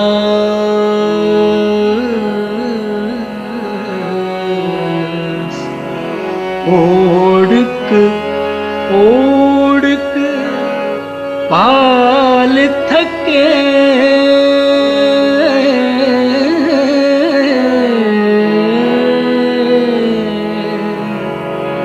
ਵੇਦ ਕਹਿਨ ਇੱਕ ਵਾਰ। ਬਗਦਾਦ ਸ਼ਹਿਰ ਦੇ ਖੂਹਾਂ ਵਿੱਚੋਂ ਅੱਜ ਵੀ ਗੁਰੂ ਨਾਨਕ ਸਾਹਿਬ ਦੇ ਲਵਾਏ ਖੂਹ ਦਾ ਹੀ ਪਾਣੀ ਮਿੱਠਾ ਹੈ। ਬਗਦਾਦ ਤੋਂ ਈਰਾਨ, ਤੁਰਕਿਸਤਾਨ, ਕਾਬਲ ਤੇ ਜਲਾਲਾਬਾਦ ਤੋਂ ਹੁੰਦੇ ਹੋਏ ਗੁਰੂ ਜੀ ਤੇ ਭਾਈ ਮਰਦਾਨਾ ਪਿਸ਼ਾਵਰ ਵਿਖੇ ਗੋਰਖ ਹਟੜੀ ਆ ਗਏ। ਇੱਥੋਂ ਚੱਲ ਕੇ ਹਸਨ ਅਬਦਾਲ, ਟਿੱਲਾ ਬਾਲ ਗੁਦਾਈ ਤੇ ਫਿਰ ਸੈਦਪੁਰ ਆਣ ਪਧਾਰੇ। ਇਹਨਾਂ ਦਿਨਾਂ ਵਿੱਚ ਹੀ ਸੈਦਪੁਰ ਤੇ ਬਾਬਰ ਨੇ ਹਮਲਾ ਕਰ ਦਿੱਤਾ। ਚਾਰੇ ਪਾਸੇ ਹਾਹਾਕਾਰ ਮਚ ਗਈ। ਹੋਰ ਲੋਕਾਂ ਦੇ ਨਾਲ ਗੁਰੂ ਜੀ ਦੇ ਭਾਈ ਮਰਦਾਨਾ ਜੀ ਵੀ ਕੈਦ ਕਰ ਲਏ ਗਏ। ਪਰ ਗੁਰੂ ਜੀ ਜੇਲ੍ਹ ਵਿੱਚ ਵੀ ਬੇਖੌਫ ਹੋ ਕੇ ਕੀਰਤਨ ਕਰਨ ਲੱਗੇ। ਗੁਰੂ ਜੀ ਦੀ ਨਿਰਭੈਤਾ ਨੂੰ ਵੇਖ ਕੇ ਬਾਬਰ ਬੜਾ ਪ੍ਰਭਾਵਿਤ ਹੋਇਆ। ਗੁਰੂ ਜੀ ਨੇ ਕਿਹਾ, ਲੋਕਾਂ ਤੇ ਜ਼ੁਲਮ ਕਰਕੇ ਬੰਦੇ ਨੂੰ ਕਦੇ ਵੀ ਅਸਲ ਖੁਸ਼ੀ ਪ੍ਰਾਪਤ ਨਹੀਂ ਹੋ ਸਕਦੀ। ਜੇ ਸੁੱਖ ਚਾਹੁੰਦੇ ਹੋ ਤਾਂ ਇਨਸਾਫ ਦਾ ਰਾਜ ਕਰੋ। ਗੁਰੂ ਜੀ ਦੇ ਕਹਿਣ ਤੇ ਬਾਬਰ ਨੇ ਸਾਰੇ ਕੈਦੀ ਛੱਡ ਦਿੱਤੇ ਤੇ ਇਨਸਾਫ ਦਾ ਰਾਜ ਕਰਨ ਦਾ ਵਚਨ ਦਿੱਤਾ। ਫਿਰ ਬਾਬਰ ਨੇ ਭੰਗ ਦਾ ਪਿਆਲਾ ਗੁਰੂ ਜੀ ਅੱਗੇ ਭੇਟ ਕੀਤਾ। ਪਰ ਗੁਰੂ ਜੀ ਬੋਲੇ, ਰੱਬ ਦੇ ਨਾਮ ਦਾ ਨਸ਼ਾ ਕਦੇ ਵੀ ਉਤਰਦਾ ਨਹੀਂ। ਭੰਗ ਤੂਰਾ ਸੁਰਾਪਾਨ ਉਤਰ ਜਾਏ ਪ੍ਰਭਾਤ ਨਾਮ ਕੁਮਾਰੀ ਨਾਨਕਾ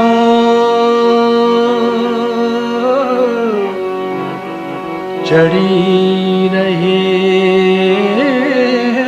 ਦਿਨ ਰਾਤ। ਕੁਝ ਸਮਾਂ ਸੈਦਪੁਰ ਐਮਨਾਬਾਦ ਦੇ ਲੋਕਾਂ ਨੂੰ ਤਰਵਾਸਾ ਦੇ ਕੇ ਗੁਰੂ ਜੀ ਤੇ ਭਾਈ ਮਰਦਾਨਾ ਤਲਵੰਡੀ ਆਨ ਬਿਰਾਜੇ ਤੇ 9 ਨਵੰਬਰ 1521 ਈਸਵੀ ਵਿੱਚ ਗੁਰੂ ਜੀ ਦੀ ਤੀਜੀ ਉਦਾਸੀ ਵੀ ਸੰਪੂਰਨ ਹੋ ਗਈ।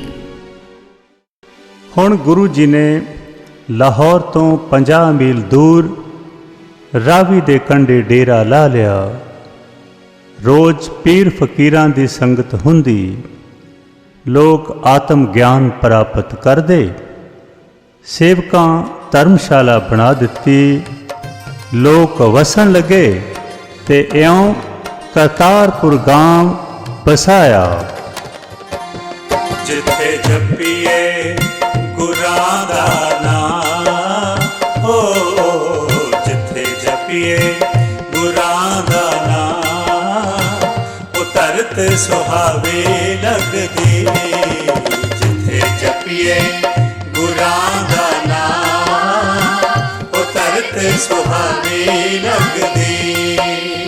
ਸੁਹਾਵੀ ਲੱਗਦੀ, ਮਨ ਭਾਵੀ ਲੱਗਦੀ। ਸੁਹਾਵੀ ਲੱਗਦੀ, ਮਨ ਭਾਵੀ ਲੱਗਦੀ।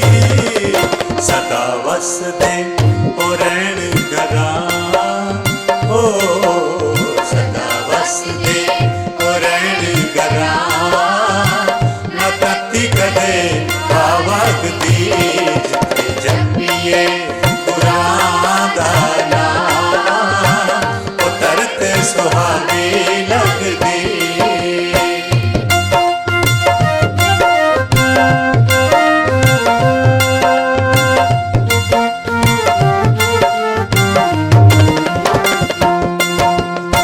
ਅੱਖਾਂ ਦੀ ਕੁੱਲੀ ਵਿੱਚ ਰਹਿ ਕੇ ਰੱਬ ਦਾ ਸ਼ੁਕਰ ਮਨਾਉਂਦੇ, ਅੱਖਾਂ ਦੀ ਕੁੱਲੀ ਵਿੱਚ ਰਹਿ ਕੇ ਰੱਬ ਦਾ ਸ਼ੁਕਰ ਮਨਾਉਂਦੇ, ਤੇਰਾ ਪਾਣਾ ਮਿੱਠਾ ਲਾਗੇ ਸਦਾ ਹੀ ਮੁਖ ਚੋਂ ਗਾਉਂਦੇ, ਤੇਰਾ ਪਾਣਾ ਮਿੱਠਾ ਲਾਗੇ ਸਦਾ ਹੀ ਮੁਖ ਚੋਂ ਗਾਉਂਦੇ, ਖਾ ਕੇ ਰੁੱਖੀ ਸੁੱਖੀ ਕਰਦੇ ਗੁਜ਼ਾਰਾ, ਓ ਸੁਖੀ ਕਰਦੇ ਗੁਜ਼ਾਰਾ, ਨਾ ਰਹਿੰਦੀ ਪਰਵਾਹ ਜਗ ਦੀ, ਜਿੱਥੇ ਜਪੀਏ ਗੁਰਾਂ ਦਾ ਨਾਮ, ਉਹ ਧਰਤ ਸੁਹਾਵੀ ਲੱਗਦੀ, ਜਿੱਥੇ ਜਪੀਏ ਗੁਰਾਂ ਦਾ ਨਾਮ, ਉਹ ਧਰਤ ਸੁਹਾਵੀ ਲੱਗਦੀ, ਜਿੱਥੇ ਜਪੀਏ ਗੁਰਾਂ ਦਾ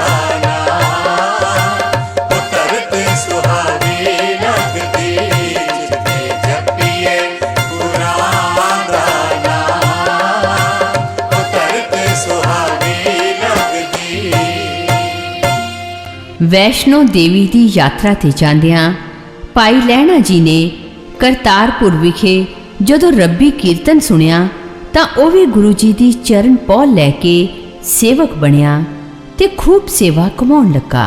ਕੱਥੂ ਨੰਗਲ ਵਿਖੇ ਬੂੜੇ ਨਾਮ ਦੇ ਬਾਲਕ ਤੋਂ ਸਿਆਣੀਆਂ ਗੱਲਾਂ ਸੁਣ ਕੇ ਗੁਰੂ ਜੀ ਨੇ ਉਸ ਦਾ ਨਾਮ ਬੁੱਢਾ ਰੱਖਿਆ, ਜਿਸ ਨੇ 6ਵੇਂ ਗੁਰੂ ਸਾਹਿਬ ਤੱਕ ਗੁਰੂ ਘਰ ਦੀ ਬਹੁਤ ਸੇਵਾ ਕੀਤੀ ਤੇ ਬਾਬਾ ਬੁੱਢਾ ਜੀ ਕਰਕੇ ਪ੍ਰਸਿੱਧ ਹੋਏ।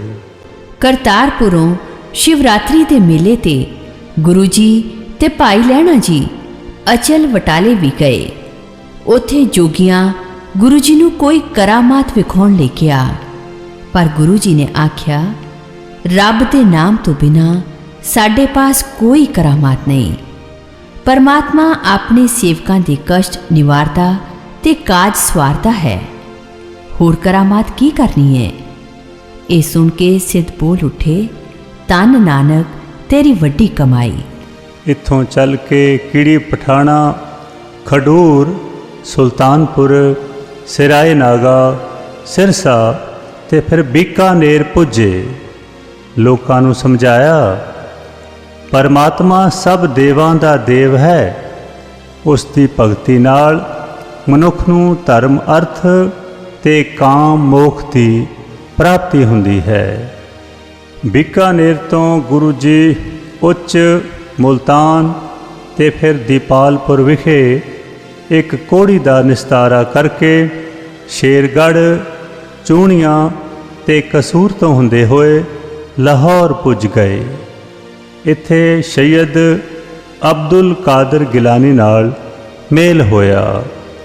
ਗੁਰੂ ਜੀ ਨੇ ਇਲਾਹੀ ਬਾਣੀ ਦਾ ਕੀਰਤਨ ਸੁਣਾਇਆ।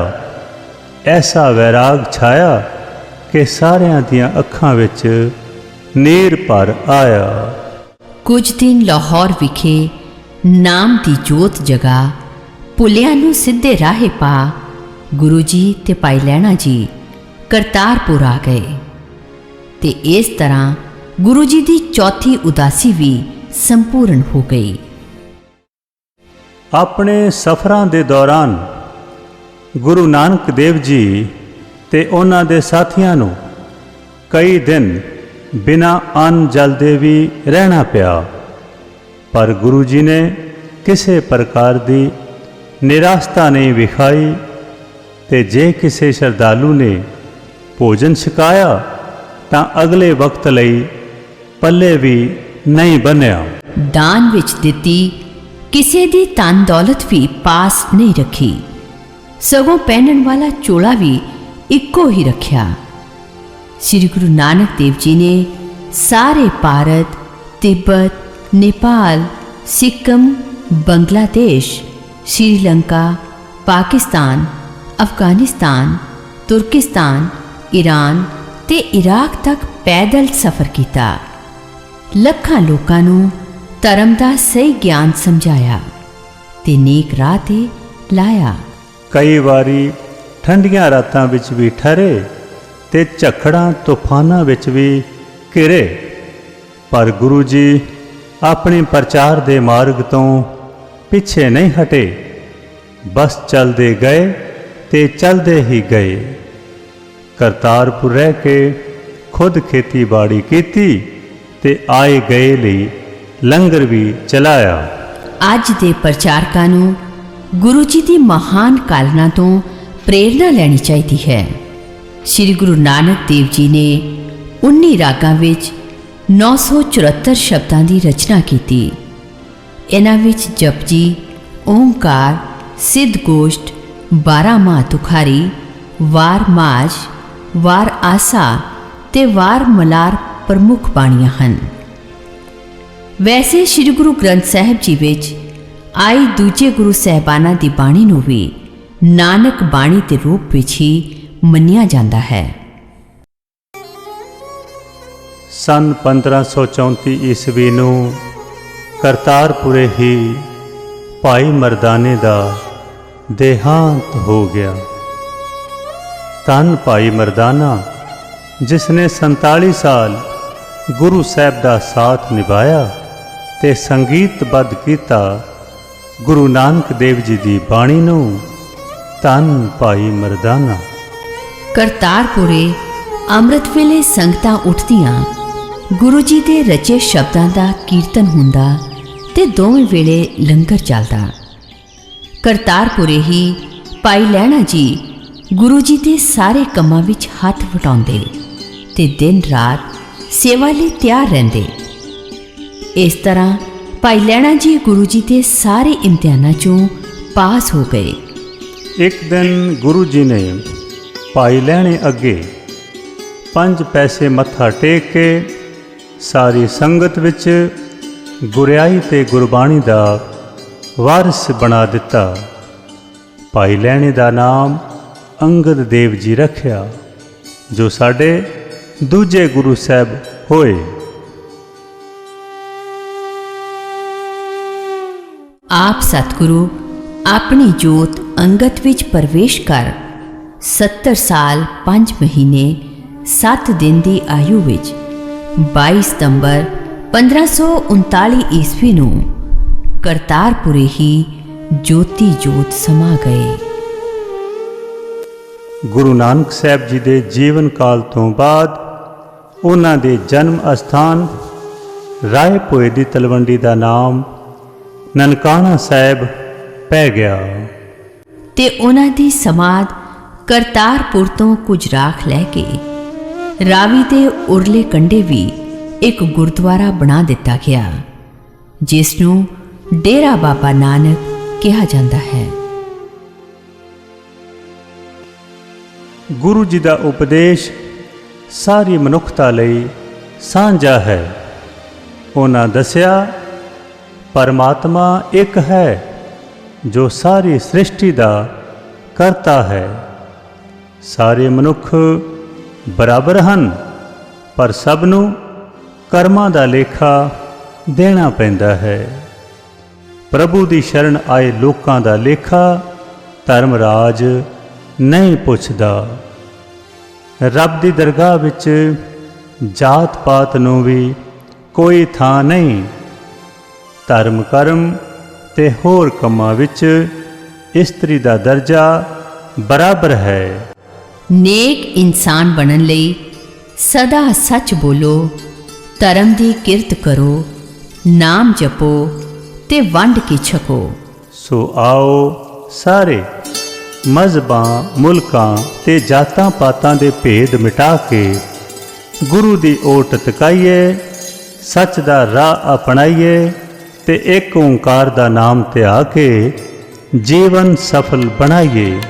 ਸੁਖ ਹੋਵੇ ਨਾਮ ਚਿਤਿਆਵੇ, ਨਾਨਕ ਨਾਮ ਚੜ੍ਹਦੀ ਕਲਾ, ਤੇਰੇ ਪਾਣੀ ਸਰਬੱਤ ਦਾ ਭਲਾ। ਗੁਰਮੁਖ ਕਾਲ ਵਿੱਚ ਪ੍ਰਗਟ ਹੋ